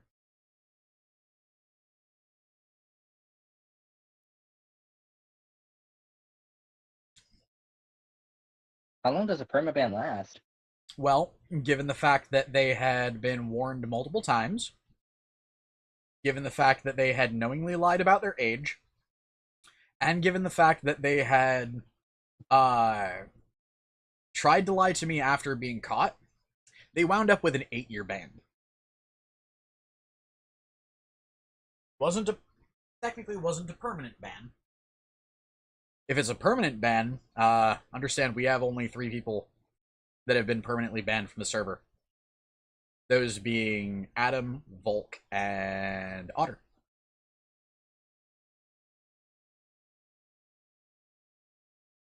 And if you get a permanent ban, you straight up don't get to come back.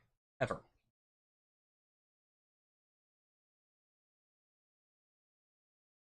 Yeah, no, I had one at one point. Yes, you did. You actually had a several year ban, technically. I don't permaban people unless they do something horrifying. Like, if you're a kid, you get some lenience in how long you get banned for, but it's the way it works 9 times out of 10 is if you get banned as a minor, you are banned until you become an adult, plus the duration of the ban after that. So this person wound up having to wait until they were 18 for the ban timer to start.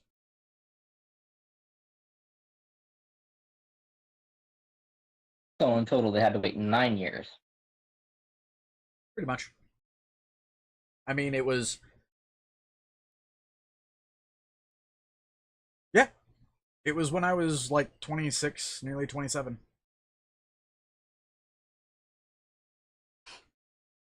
Although, given the fact that, from what I've heard, they're probably a raging fucking, like, left-wing extremist now, they probably won't be comfortable in the Discord. For those who don't know, my server, extremists on either side of the political aisle do not like it there.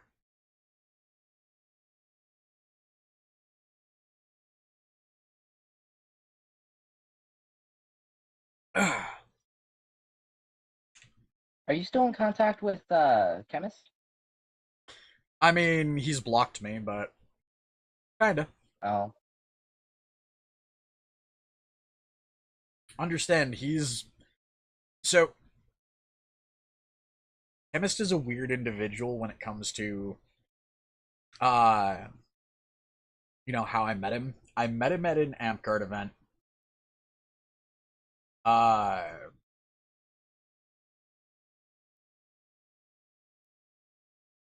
He became a friend, wound up belted under the same person that I'm belted under. And within the same event that we met, got belted by my mistress or not mistress, maiden. And then got dropped from the belted line in the same event. The event's only a weekend long. Do you know how bad you have to act to lose a belt that quickly? How bad? Let's put it this way. He refused to listen,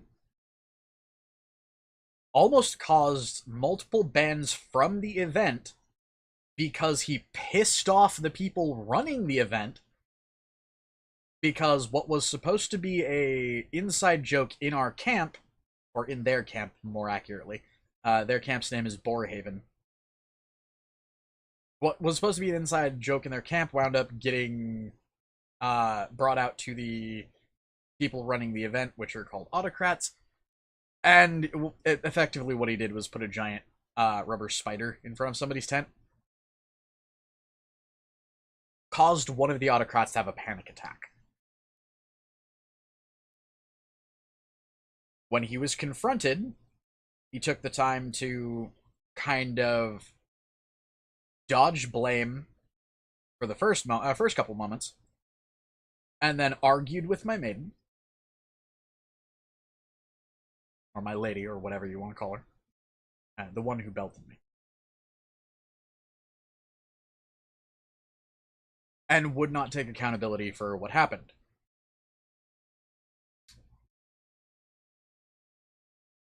Then apparently was complaining about the fact that I straight up yelled at them and two other members of their camp because after the fact, one of the other individuals tied him up as a, quote, punishment. That's not allowed. So they got yelled at. The person who was running their camp didn't do jack shit at the time. They got yelled at. And then apparently all of it reached the person who belted me, my lady. And it dawned on her that the people I was yelling at were the people that she had just belted. The one that tied Chemist up as a punishment did not lose his belt until after the event. And I think he didn't actually lose his belt. I think he stepped down and returned it. However, Chemist straight up lost it. That boy needs to grow up. Like it's weird. He's got the mindset of probably a teenager still. And has an issue of if he gets in trouble, he tries to dodge accountability at every turn and tries to turn shit on other people. At the same time, he also tries to take on way too much, tries to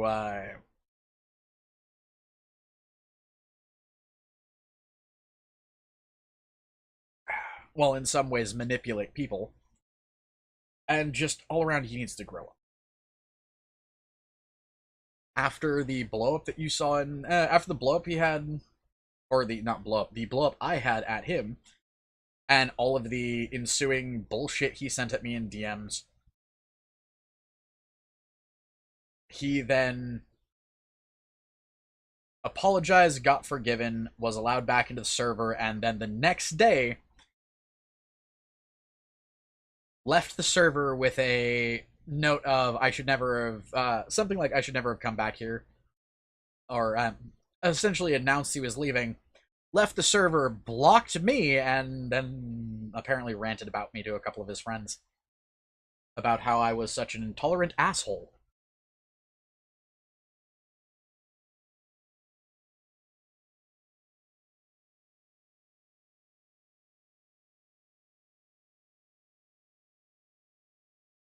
The fun thing about this is I'm actually kind of hoping he, like, next time I see him at an event, he tries shit.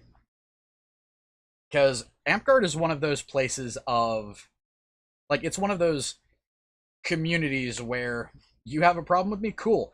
Pick up a sword, pick up a shield, get on the field. We're gonna fight it out. I'm trying to convince my friend that having people his age draw NSFW art of him is still illegal. Yes, it is, 100%. And he's claiming it's not. He's like, people in E6 do it all the time. I'm like, people in E6 no. do it all the time. People in E6 also get fucking outed for it all the time.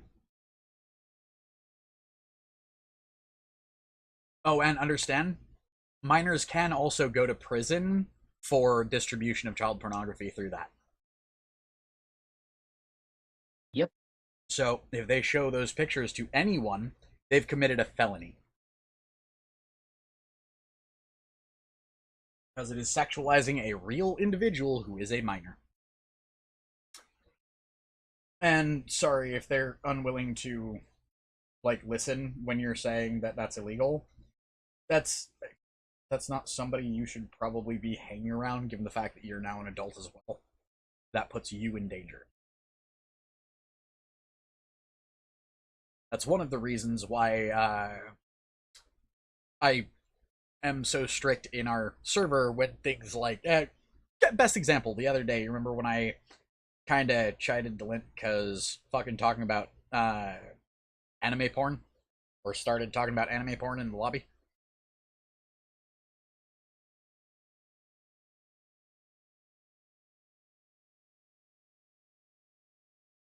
That's the reason I have a zero tolerance policy for that in the public areas of the server. Like, if anyone under the age of 18 starts talking about anything like that, it's an automatic, this is not appropriate.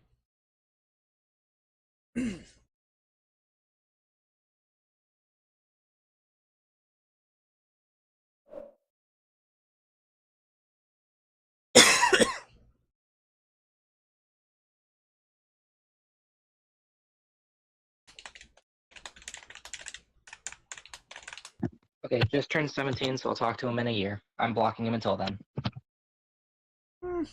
I mean, I wouldn't say block them. If unless of course you've been talking to them and they're 100% unwilling to stop. At which point that's block them. Let them know why you're blocking them though. Oh, obviously, yeah. I already told him I can't be around you, I'll get in trouble. Mm-hmm.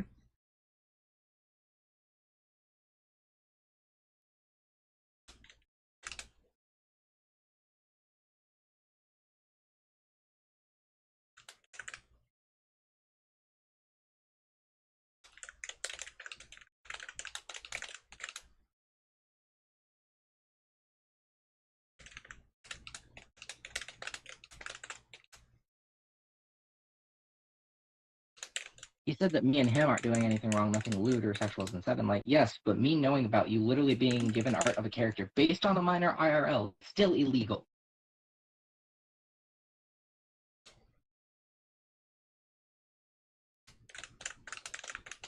Me and him may not be personally talking inappropriately, but that can still get me in trouble. Yes, yeah, to some degree can. And it's one of those, they might not be doing it now, but what happens if they decide to share one of those pictures with you at random?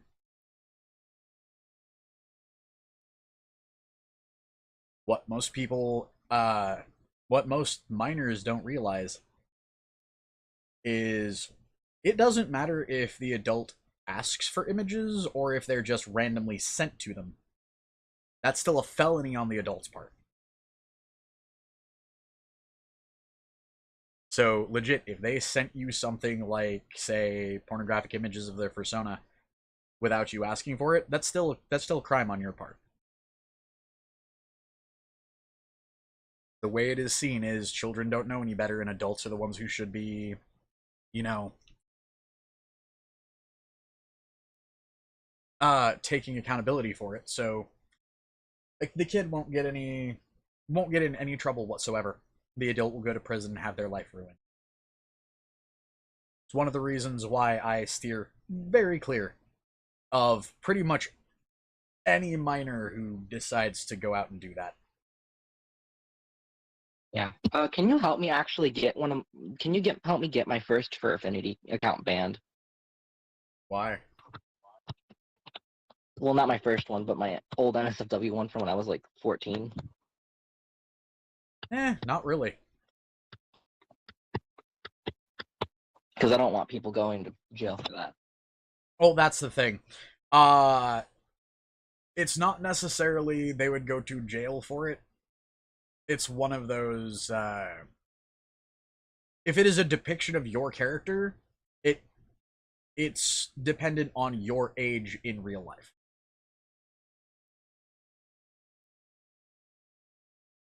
I did what my friend is doing. I aged up my characters to the point where they were 18.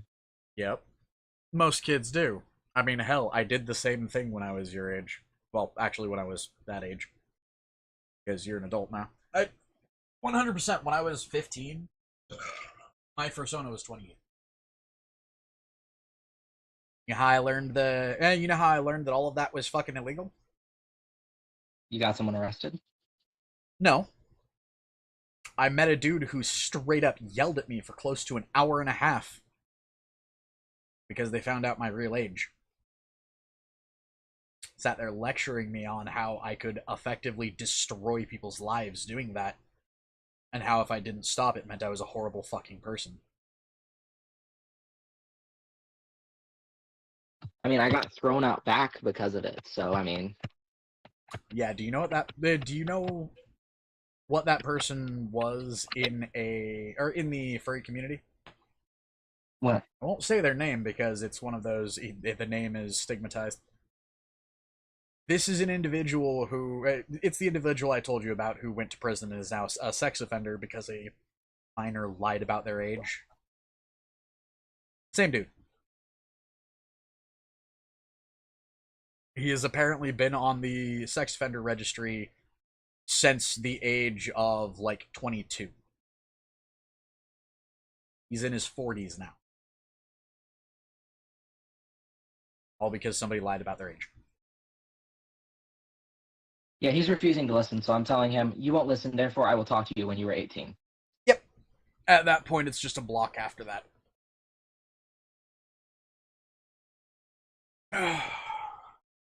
I know I talk about tolerance all the time, but you know what?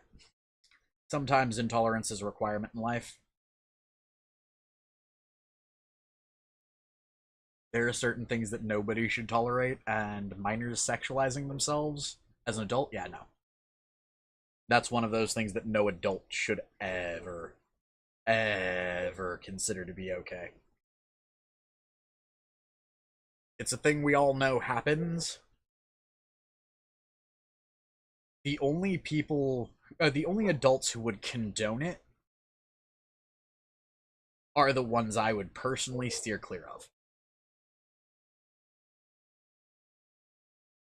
Because, in my experience, the only people that would condone something like that are the ones who would be looking for something like that.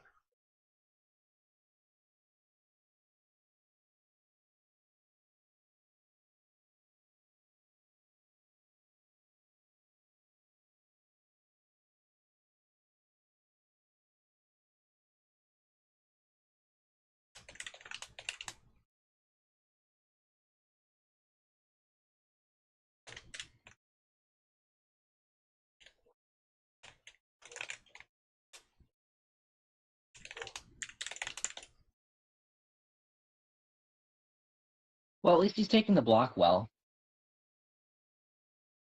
Oh? Yeah, I said, sorry, I hope you have a great year and stay safe. And he went, you too.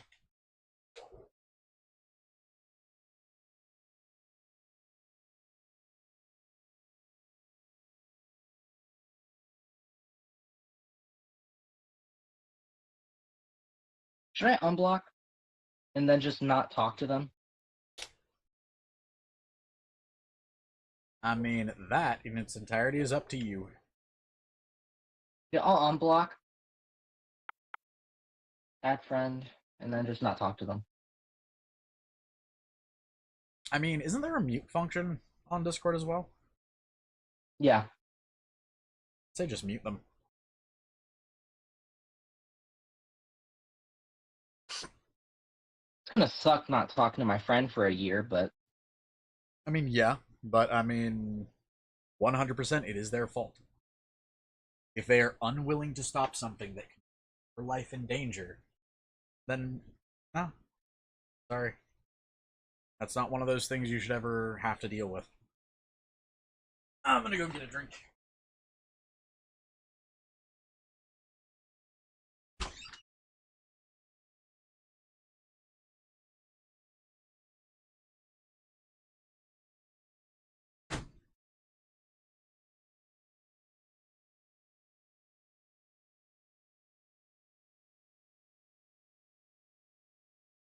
red.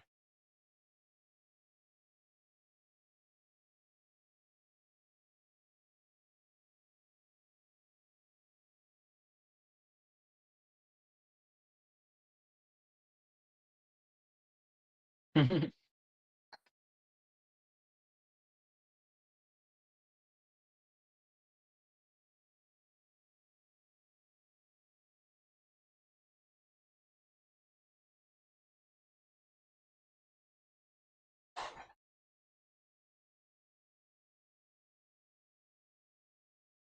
the way, before you ask no, what I'm about to do is dangerous. I can have up to 2 of these a day safely.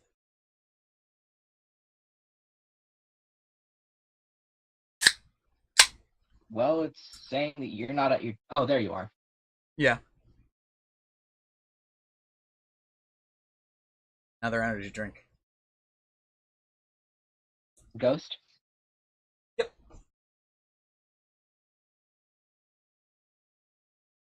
Ghost is actually one of those companies that they're gamer. Sort of like G Fuel. Kind of. And kind of like G Fuel or Gamer Sups or any of those companies that gear themselves out towards gamers rather than this one specifically, what I'm drinking is sour watermelon, like sour warhead watermelon, and it touts having a natural blend of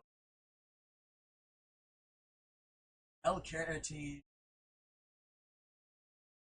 taurine, alpha GCP, neurofactor, coffee from the fruit, not the actual bean, and estrogen.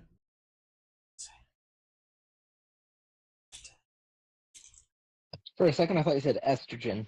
I was No. like, oh no. It's actually astrogen. Ah. I was like, it's 2 going on words. estrogen.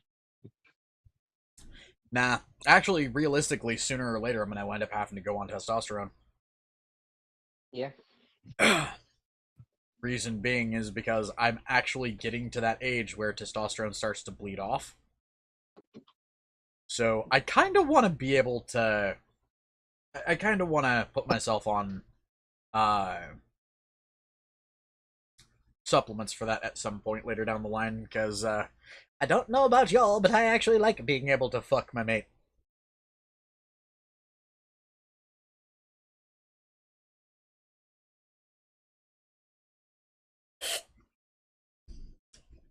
And then again, if y'all were trying to fuck my mate, I'd probably also be pissed. So glad that I just finished eating and didn't hear that while I was chewing.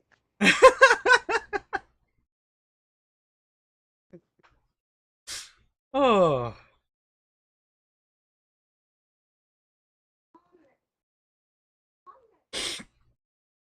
I mean, you've met him before. Just imagine the sounds he'd make. To quote George Harrison, my sweet lord.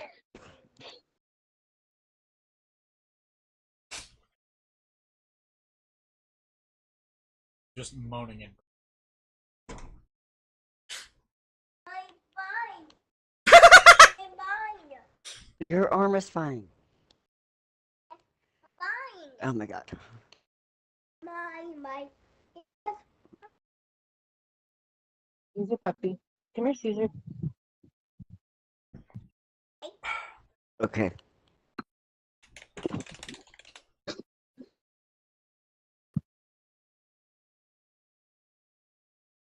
Now, for a while, I was questioning myself and considering going on estrogen. Yeah. I mean, understand there are a lot of people that are like that, that have that thought. However, there's one thing I need to point out, and it's the thing that I've told each and every one of my kids that's wound up trans, each one of my friends that's wound up trans. Don't rush the transition part of it. Like, it is one of those things that needs to be done in steps. Good example. If you think you're trans, don't immediately go on, like, puberty blockers or fucking estrogen or like any form of chemical replacement until you're 100% certain. Because for as much as everybody says, oh, puberty blockers can be reversed, or like how estrogen or testosterone can't damage your system, it actually very much does. Okay, stop playing with the desk, please. You know how I know? Because you were on it. No. Cousin was, though. Started puberty blockers at the age of 12. Turns out she wasn't actually trans. She was just going through a phase. When she came off of them, she went through puberty at age 20. Because of the fact that her body didn't naturally develop, she's 100% barren. Impossible for her to have kids. Can't even conceive. Ovaries are effectively rocks.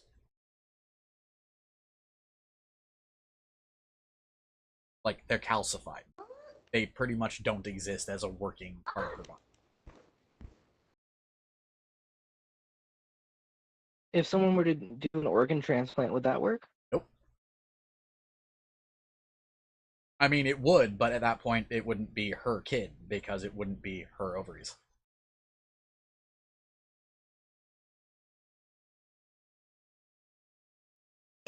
Isn't there like a risk that it doesn't? There's a risk that properly? it doesn't take properly, too, yeah. With any transplant, there's a risk that it doesn't take properly. There's a lifelong requirement to be on, what are they called? Immune system. Immunosuppressants. Yeah. And it's just one of those, even if she could, even if she wanted to, even if she had the option, those wouldn't be her eggs. It would be, for one, they wouldn't be capable of producing anything with her genetic code.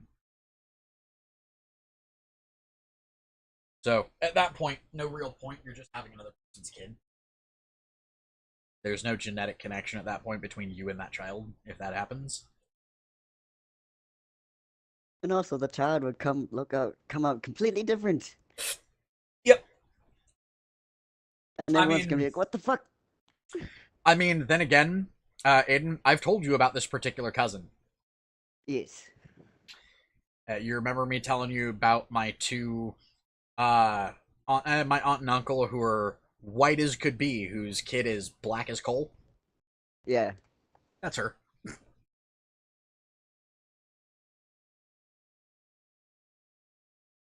Turns out, genetically, my grandfather, or not my grandfather, my great-great-great-grandfather was black. How did my tank die? Excuse me. Now, bear in mind, the reason I am fucking whiter than milk is entirely because, yes, I have African ancestry. That was so far back in my genetics, and all of the parents since then have been European in some way, shape, or form, that it's just,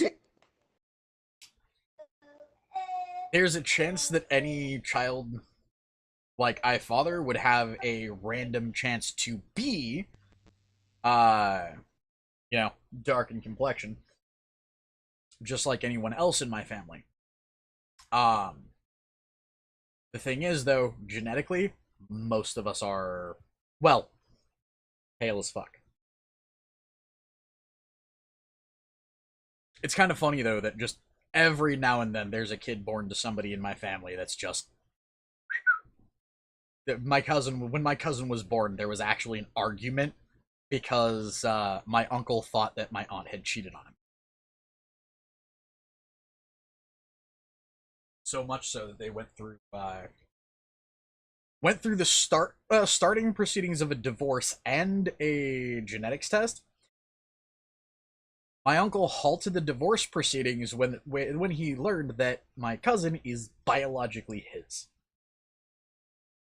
And it took two different doctors having to explain to them how the shit two very, very, very, very pale skinned people could wind up with a child that is dark as hell.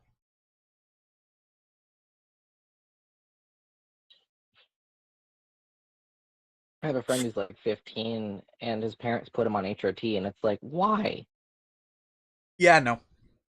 At that point, and I know a lot of people will bitch at me for this thought, but any parent who's willing to put their kids on HRT at a young age, you're a moron and probably shouldn't have been a parent. Because at that point, the only purpose of sexual transition is sexual gratification. I get it, some people want to feel like they're in the right body. Make that choice when you're an adult. If you're a minor, you should not be able to do something that will permanently change your body.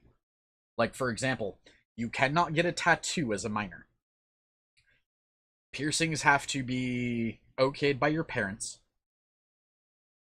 And even those can heal. Like, most life-altering decisions made would require either parental consent or would just straight up be a no. And in my opinion, where sex is involved, or anything sex-related is involved, that should be a 100% off limits until you're 18.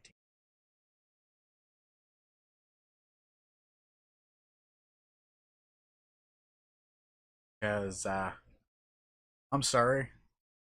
I was a kid once. I can tell you just how reckless every kid in the world is.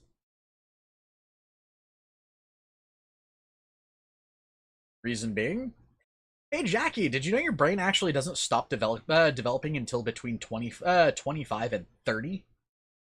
Yep. Hey Jackie, do you know what changing your gender chemically does before those ages? Straight to you? No, I meant mentally.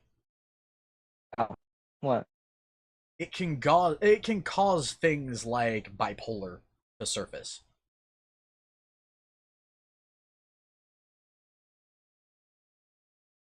Reason being, chemical imbalances in your body can screw you up bad.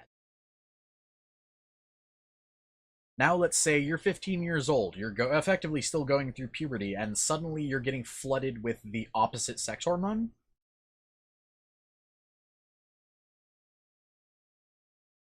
That's gonna fuck you up worse, because, hey Aiden, how bad was your second puberty? My acne is still going a little. eh. I mean, I told you about the one on my forehead. Mm-hmm. How bad were the mood swings when it started? Mostly tame. It just mainly cured my depression. Well, most of it. I mean, that's one upside to transition, but at the same time, Now I've got a question for you. Hmm. What would have happened to you if you had to go through your second puberty in the middle of your first? I'm pretty sure someone would be dead. I mean, from what you told me when you were young, about when you were younger, you were a fucking spitfire. Yes. I mean, that. Well, I don't want to. I'll tell you later. To what question, Andy?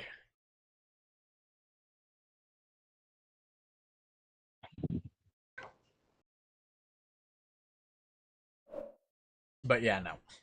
Simply put, fucking with your hormones, that's one of those things that should either be done when you were a child, or not when you were a child, when you were an adult, or if it has to be done when you're a child, with excessive amounts of medical intervention.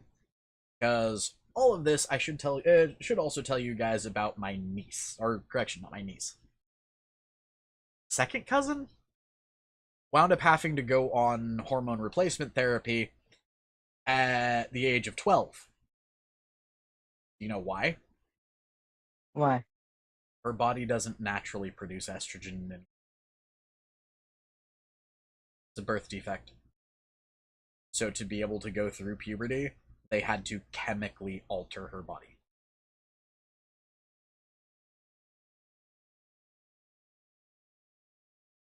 Otherwise, she would effectively have been stuck in the body of a child for her entire life.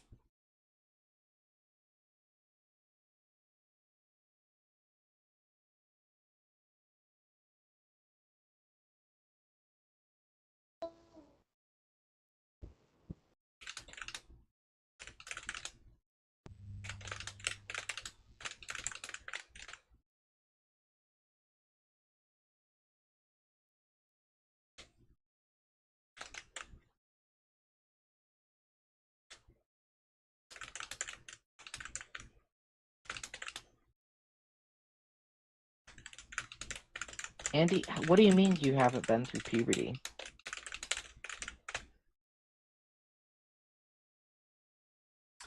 You have been through puberty, Andy.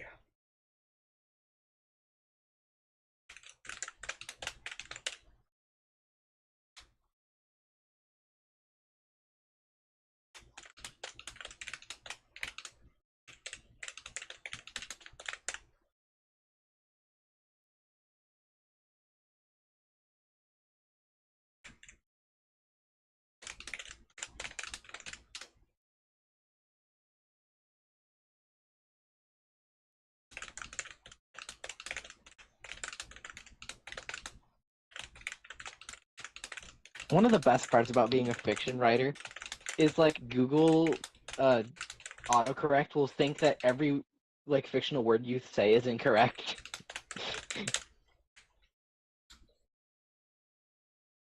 I mean, that in names. Oh yeah. By the way, how do you think you pronounce the Fellas girl's name?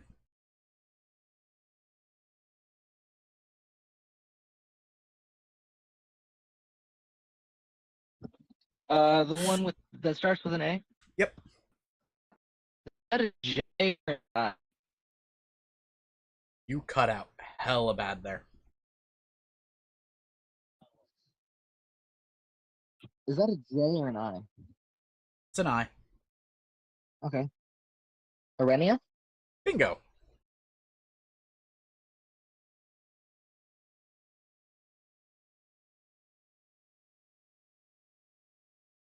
Her full name is probably, if memory serves,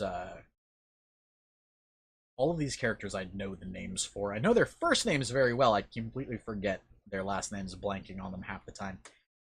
Hold on.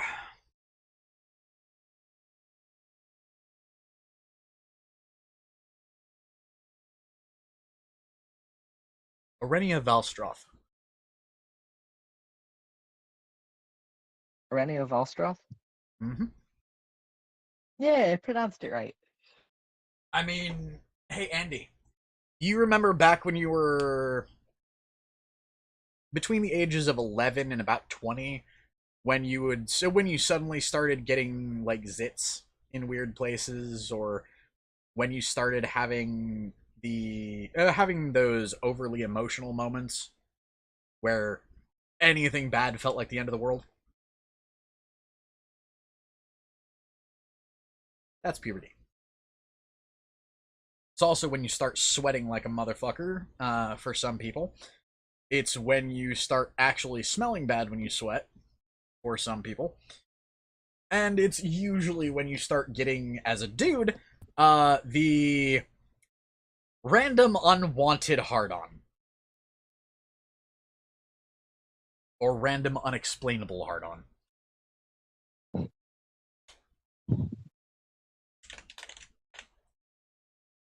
Can females get the equivalent of that? Huh? Can females get the equivalent of that? Yep. Understand their crotch is effectively the same kind of tissue as ours is. The only I difference was gonna is say. how it's affected. For female anatomy, blood engorgement would lead to, instead of flesh being rigid, it would actually lead to it being more elastic. Good example. You know how a lot of like dude bro guy types, you know, the type that'll sit there and brag about how many people they've had sex with. My brain died. Yeah. Where was that thought going? Oh, so those kind of guys, you know how some of them will like make the joke of or make the comment of she was so tight. Mm-hmm. Anytime I hear somebody talking about how, yeah, dude, she was so tight, it was like a vice. I'm sitting there just trying not to laugh. Because do you know what that usually means? Mm. It means she ain't that into you. Because, like I said, flesh becomes more elastic for a female when aroused. If that individual is that tight, there's no elasticity there. You're effectively having to force it. That means they're not actually interested in what's going on. 9 times out of 10, it means the person isn't aroused.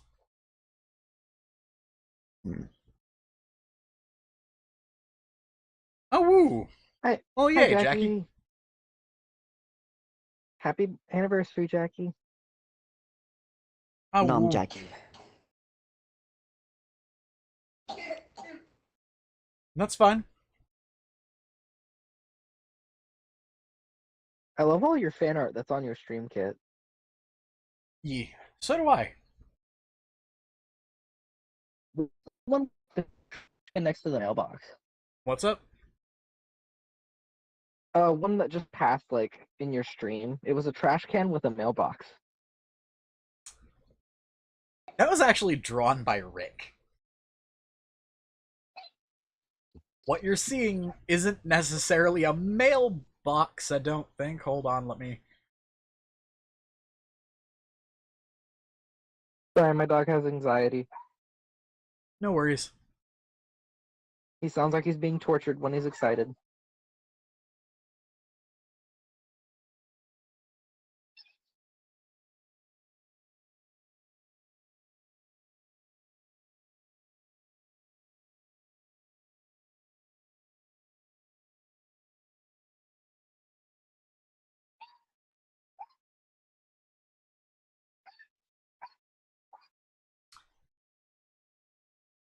So, what you're seeing isn't a mailbox. I'll show you what I mean.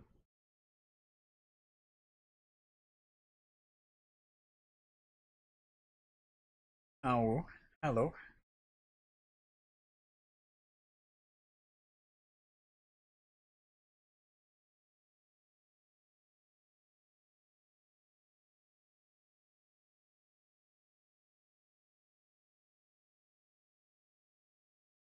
Pictures, fan art.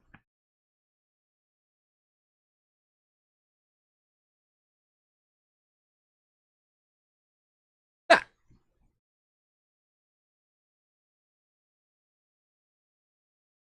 Is that the picture you were talking about?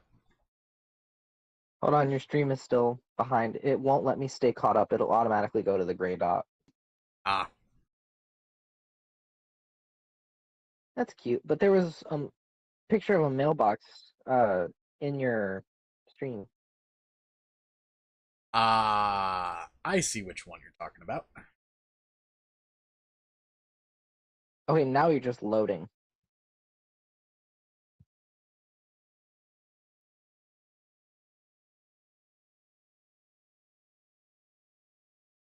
Yeah, your stream's just loading now. Wait, why? I don't know. Oh, I found it. Yeah, that's it.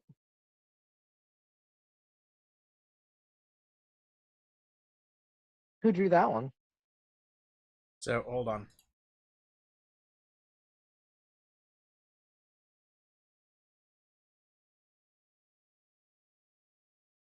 Oh, God.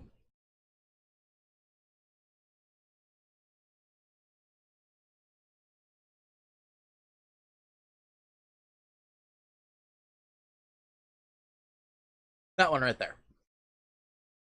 Same artist. That's Rick. And do you know what that is? What is it? That's me inside a trash can with the mailbox right next to it because of a joke I made while playing Outlast when I was in a trash can hiding from a dude, or not a dude, hiding from one of the main baddies in, I think, Outlast 2, where I got into the trash can and the enemy passed by me so many times that I was jokingly saying, fuck it, this is my home now. I'm never leaving again. Fuck it. Nah, I don't want to have to deal with it.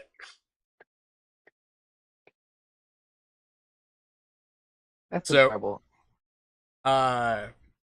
this picture here, or this picture here, and the one I showed prior to it are from the same game. The first one is of me having just gotten into a trash can with half my tar hanging out and a like camera looking around. This one is just straight up, this is my home now. Anyways.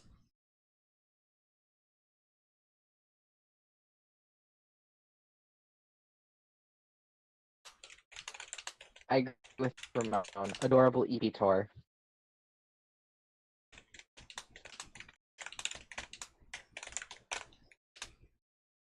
Did I just say tar wrong?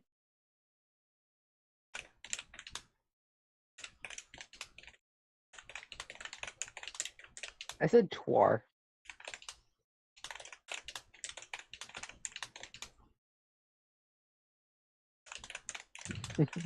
That's it. I give up on English.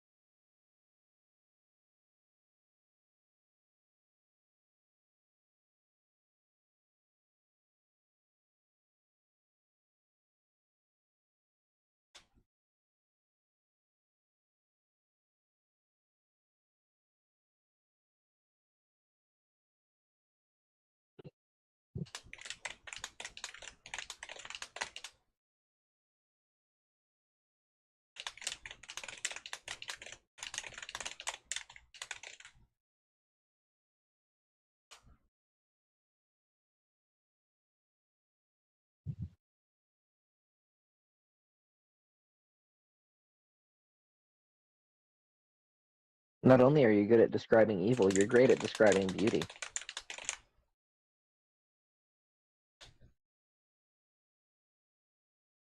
It's a good balance.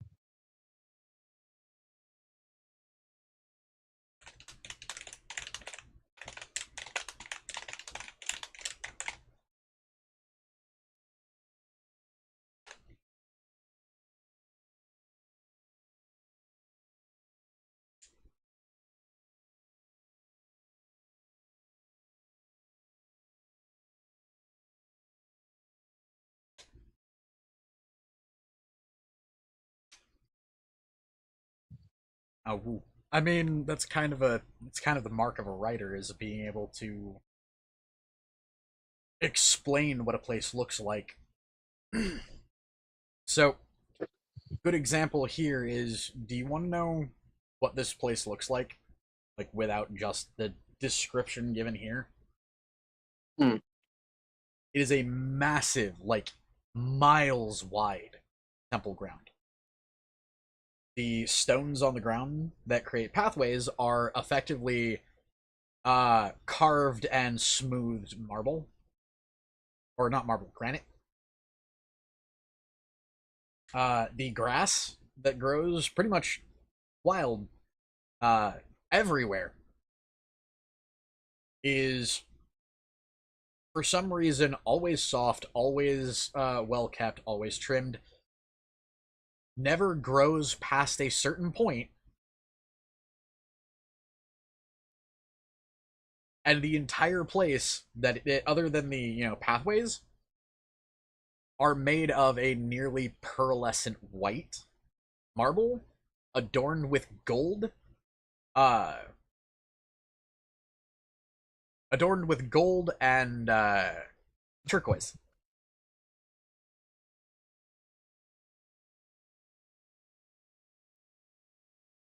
There Beautiful. are there are effectively fountains of crystal clear water that, instead of the water bubbling up from beneath, there are these waterfalls that seemingly come from the sky that endlessly pour into these fountains that, for some reason, never overflow. Those waterfalls, they seem to literally come from the heavens above. There's no place that you can visibly see from the ground where they hail from, like where they fall from. However, at the top of them, there are these small orbs, about a big, that generate the water, effectively pulling the water up from the fountain, from the bottom of the fountain, and recirculating it down through the walls.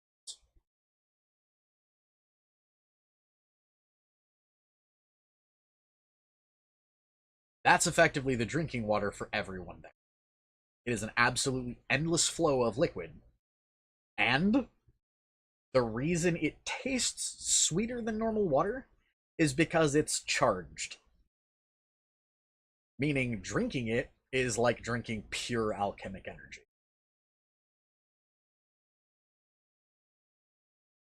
That's actually the reason why, being there, it feels like your very soul is being energized by something. There's actually more alchemic energy in this temple than there is in the rest of the world combined.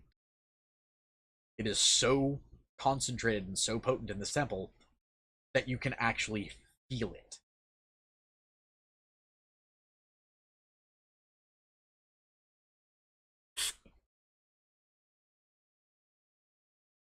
Question, and if this is a spoiler, just tell me to fuck off. But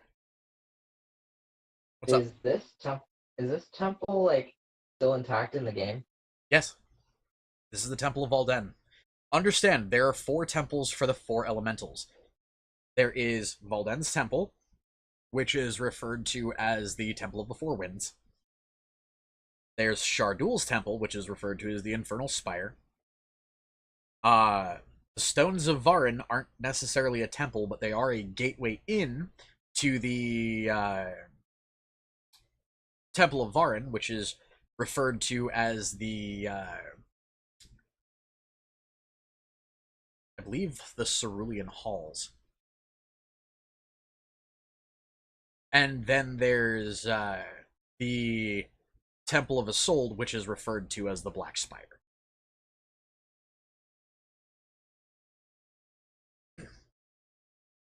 Those places are in the same order as they were mentioned. One is in the middle of the ocean, northwest, I believe, of Halar. One is in the western area, like the western areas of the Imperial territories in the northern section of the continent of Marthala. The Stones of Varin are on the far east, or far southeast coast of Halar.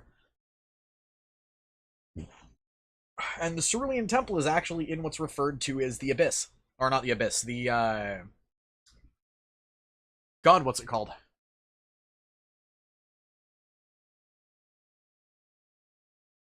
Also, I don't...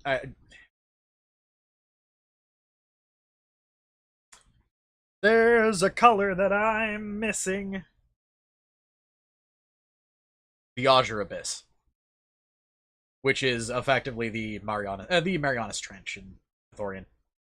It is the deepest part of the ocean, effectively. And then there's the Black Spire in the Expanse, which is the southwesternmost part of Marthala. Like, hold on.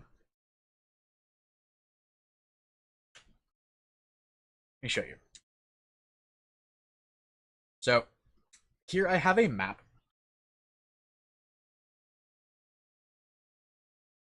So,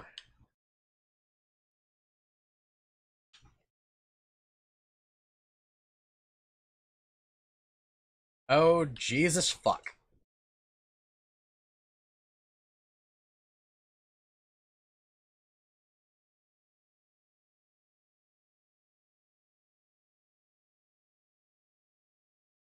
Go absolutely fuck yourself.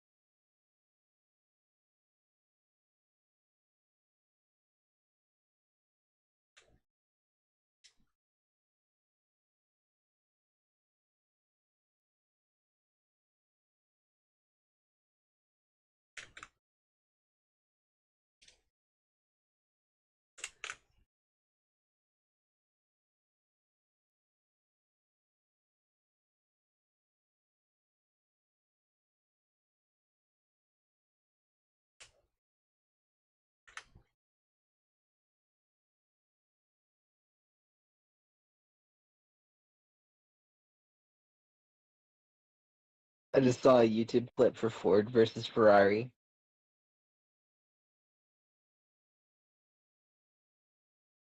Okay, now that I've got that done. Okay. So, that's the Infernal Spire, right there. Hold up. It's Had just ads. it's just a little southwest of a place called Hathoris, which is one of the towns in Marthala.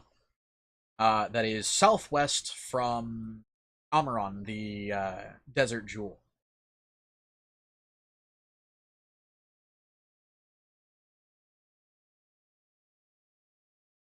Also, it might not be Arlen's watch that I need to do some checking because it might be Ronak Keep.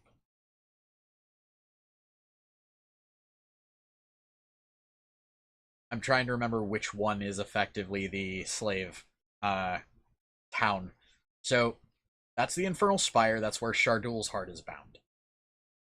Down here is the Tower of Isolde, also known as the Black Spire. That's in the heart of the Expanse. There's the Old Empire, which, if you remember vaguely the World Scar, Mm-hmm. you see that giant ass fissure right there? That looks Yep. like it's much, much bigger than even the cities in the world. Mm-hmm. That's the World Scar. That is a cavern. That is a cavern that goes miles into the earth. That at the bottom of it is where the true World Scar, its physical form, exists. There's the Stones of Varin. And where this one takes place, where this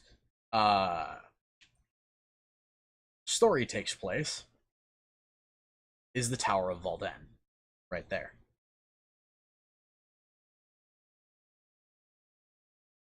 Specifically, right there, top of the mountain. That tiny little thing just at the top of the central peak. How this actually would look is about right here.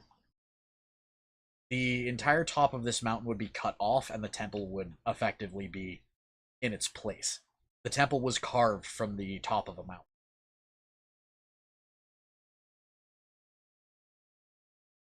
Let me guess, using alchemy?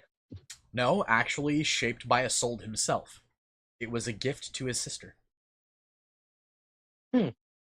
It's one of the reasons why the whole place is made of things like marble and gold and turquoise and what have you, is because it was made that way by the elemental of earth. It was crafted as a gift for her, since, if memory serves, she was the first one to bind her soul.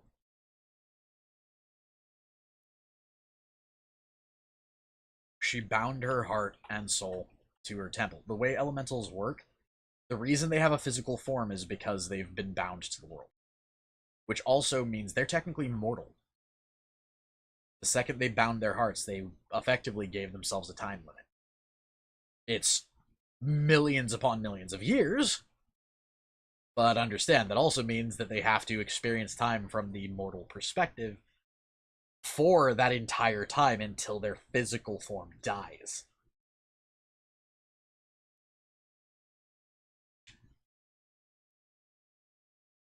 Now, So when their bear in physical mind, form dies. Mhm. when their physical form dies because of Veil, they actually do experience a death. Before the Dreamer chose to, or before the use of the Dreamer's power effectively... Oh, fuck me.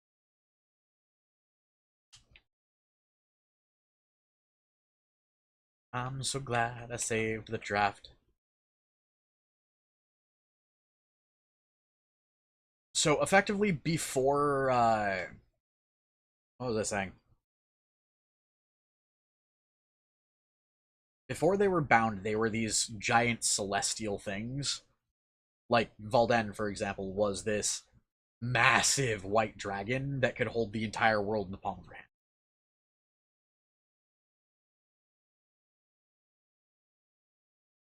Do you think Fate would ever take a physical form? He actually has one. Like a mortal form? Yep.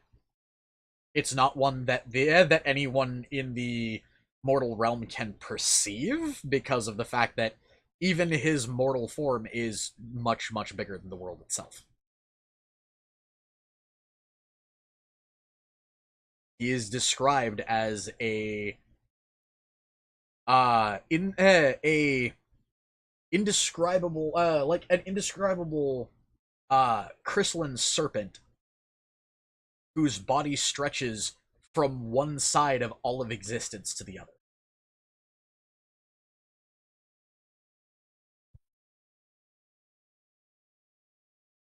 Bear in mind, for those who don't know, Fate is the name of the god of gods in this world.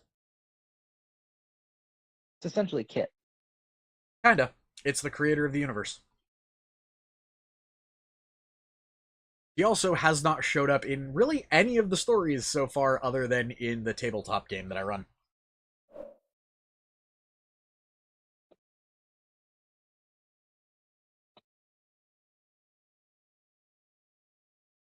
I don't know, Andy. I don't know if I'm going to be anything for Halloween. I mean, you have that, like, Dollar General light up mask, don't you?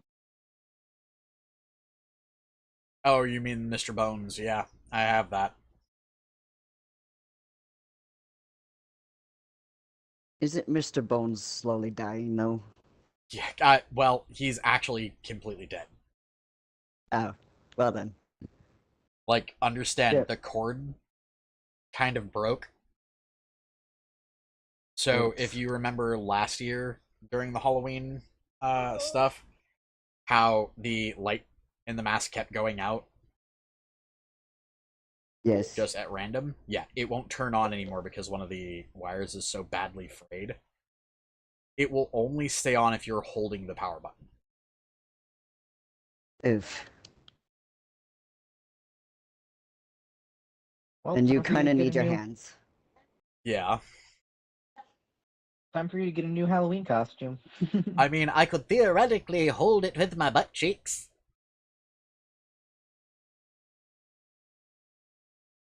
I have an idea. What? Never mind. Frost is a living being. I was like, you could be Frost for Halloween.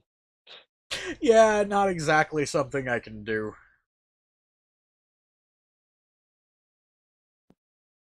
But anyways, I do need to get ready for the next stream, so I'm actually going to save this draft here.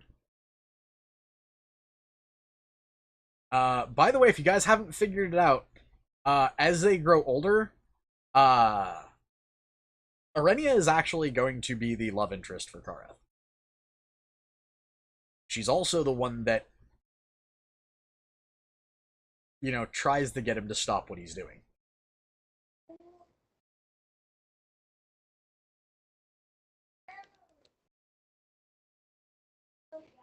Oh my god. First off, why do you So, keep breaking stuff? oh no. What? Apparently the monster broke something. Oh well. Broke his sunglasses. There we go. He breaks Luckily, things these can on be. fairly normal, or fairly. He breaks things fairly often. Yes. This one I can fix. Yep. Oh god. Were you ever Anyways. able to fix that truck? Uh, it was it was a kind of a fix, but it was a fragile fix, and then he decided, By the way, everybody, this is where so this particular type of stream, seeing me myself, it's like aside from that, I'm not doing outro mostly because it's just kind of there's no real gameplay.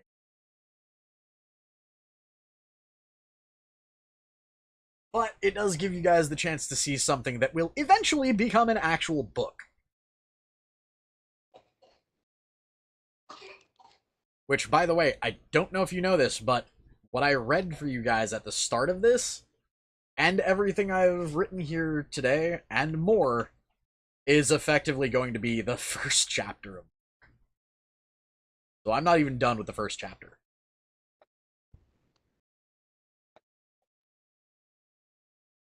Anyways, ta-ta to everybody who is still watching. Nom nom face. Nom. Um, Oh. nom. Also, let's put this up so people can actually see the credits. Also, hey, fuckle. Hold on. That reminds me of the first clip I ever made of you where it was like, you were making the outro and then you're like, ah, I just got shot.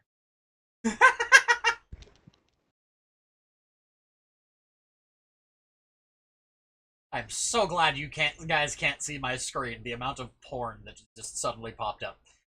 Good lord.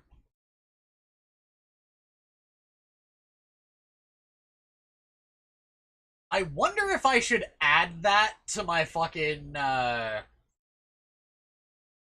very much wonder if I should add that to my...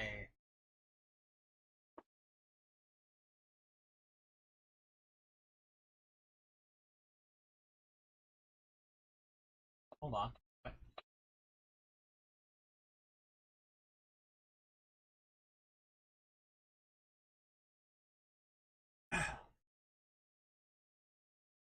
Add that to your what?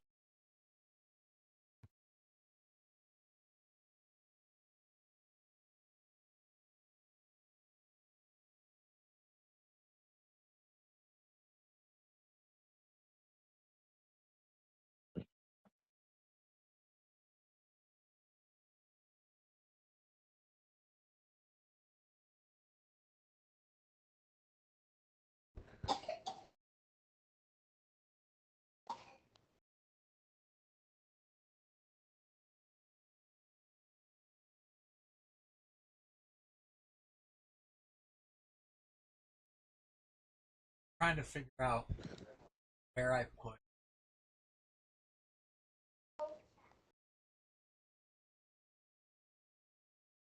Outside. What? Outside. Why do you want to go outside? We don't need to go outside. Hey, outside. No. I'm gonna have to You're figure out sticky. where it is because that's actually not the proper patron role. But oh I'm well. not cheeky. I'm not cheeky.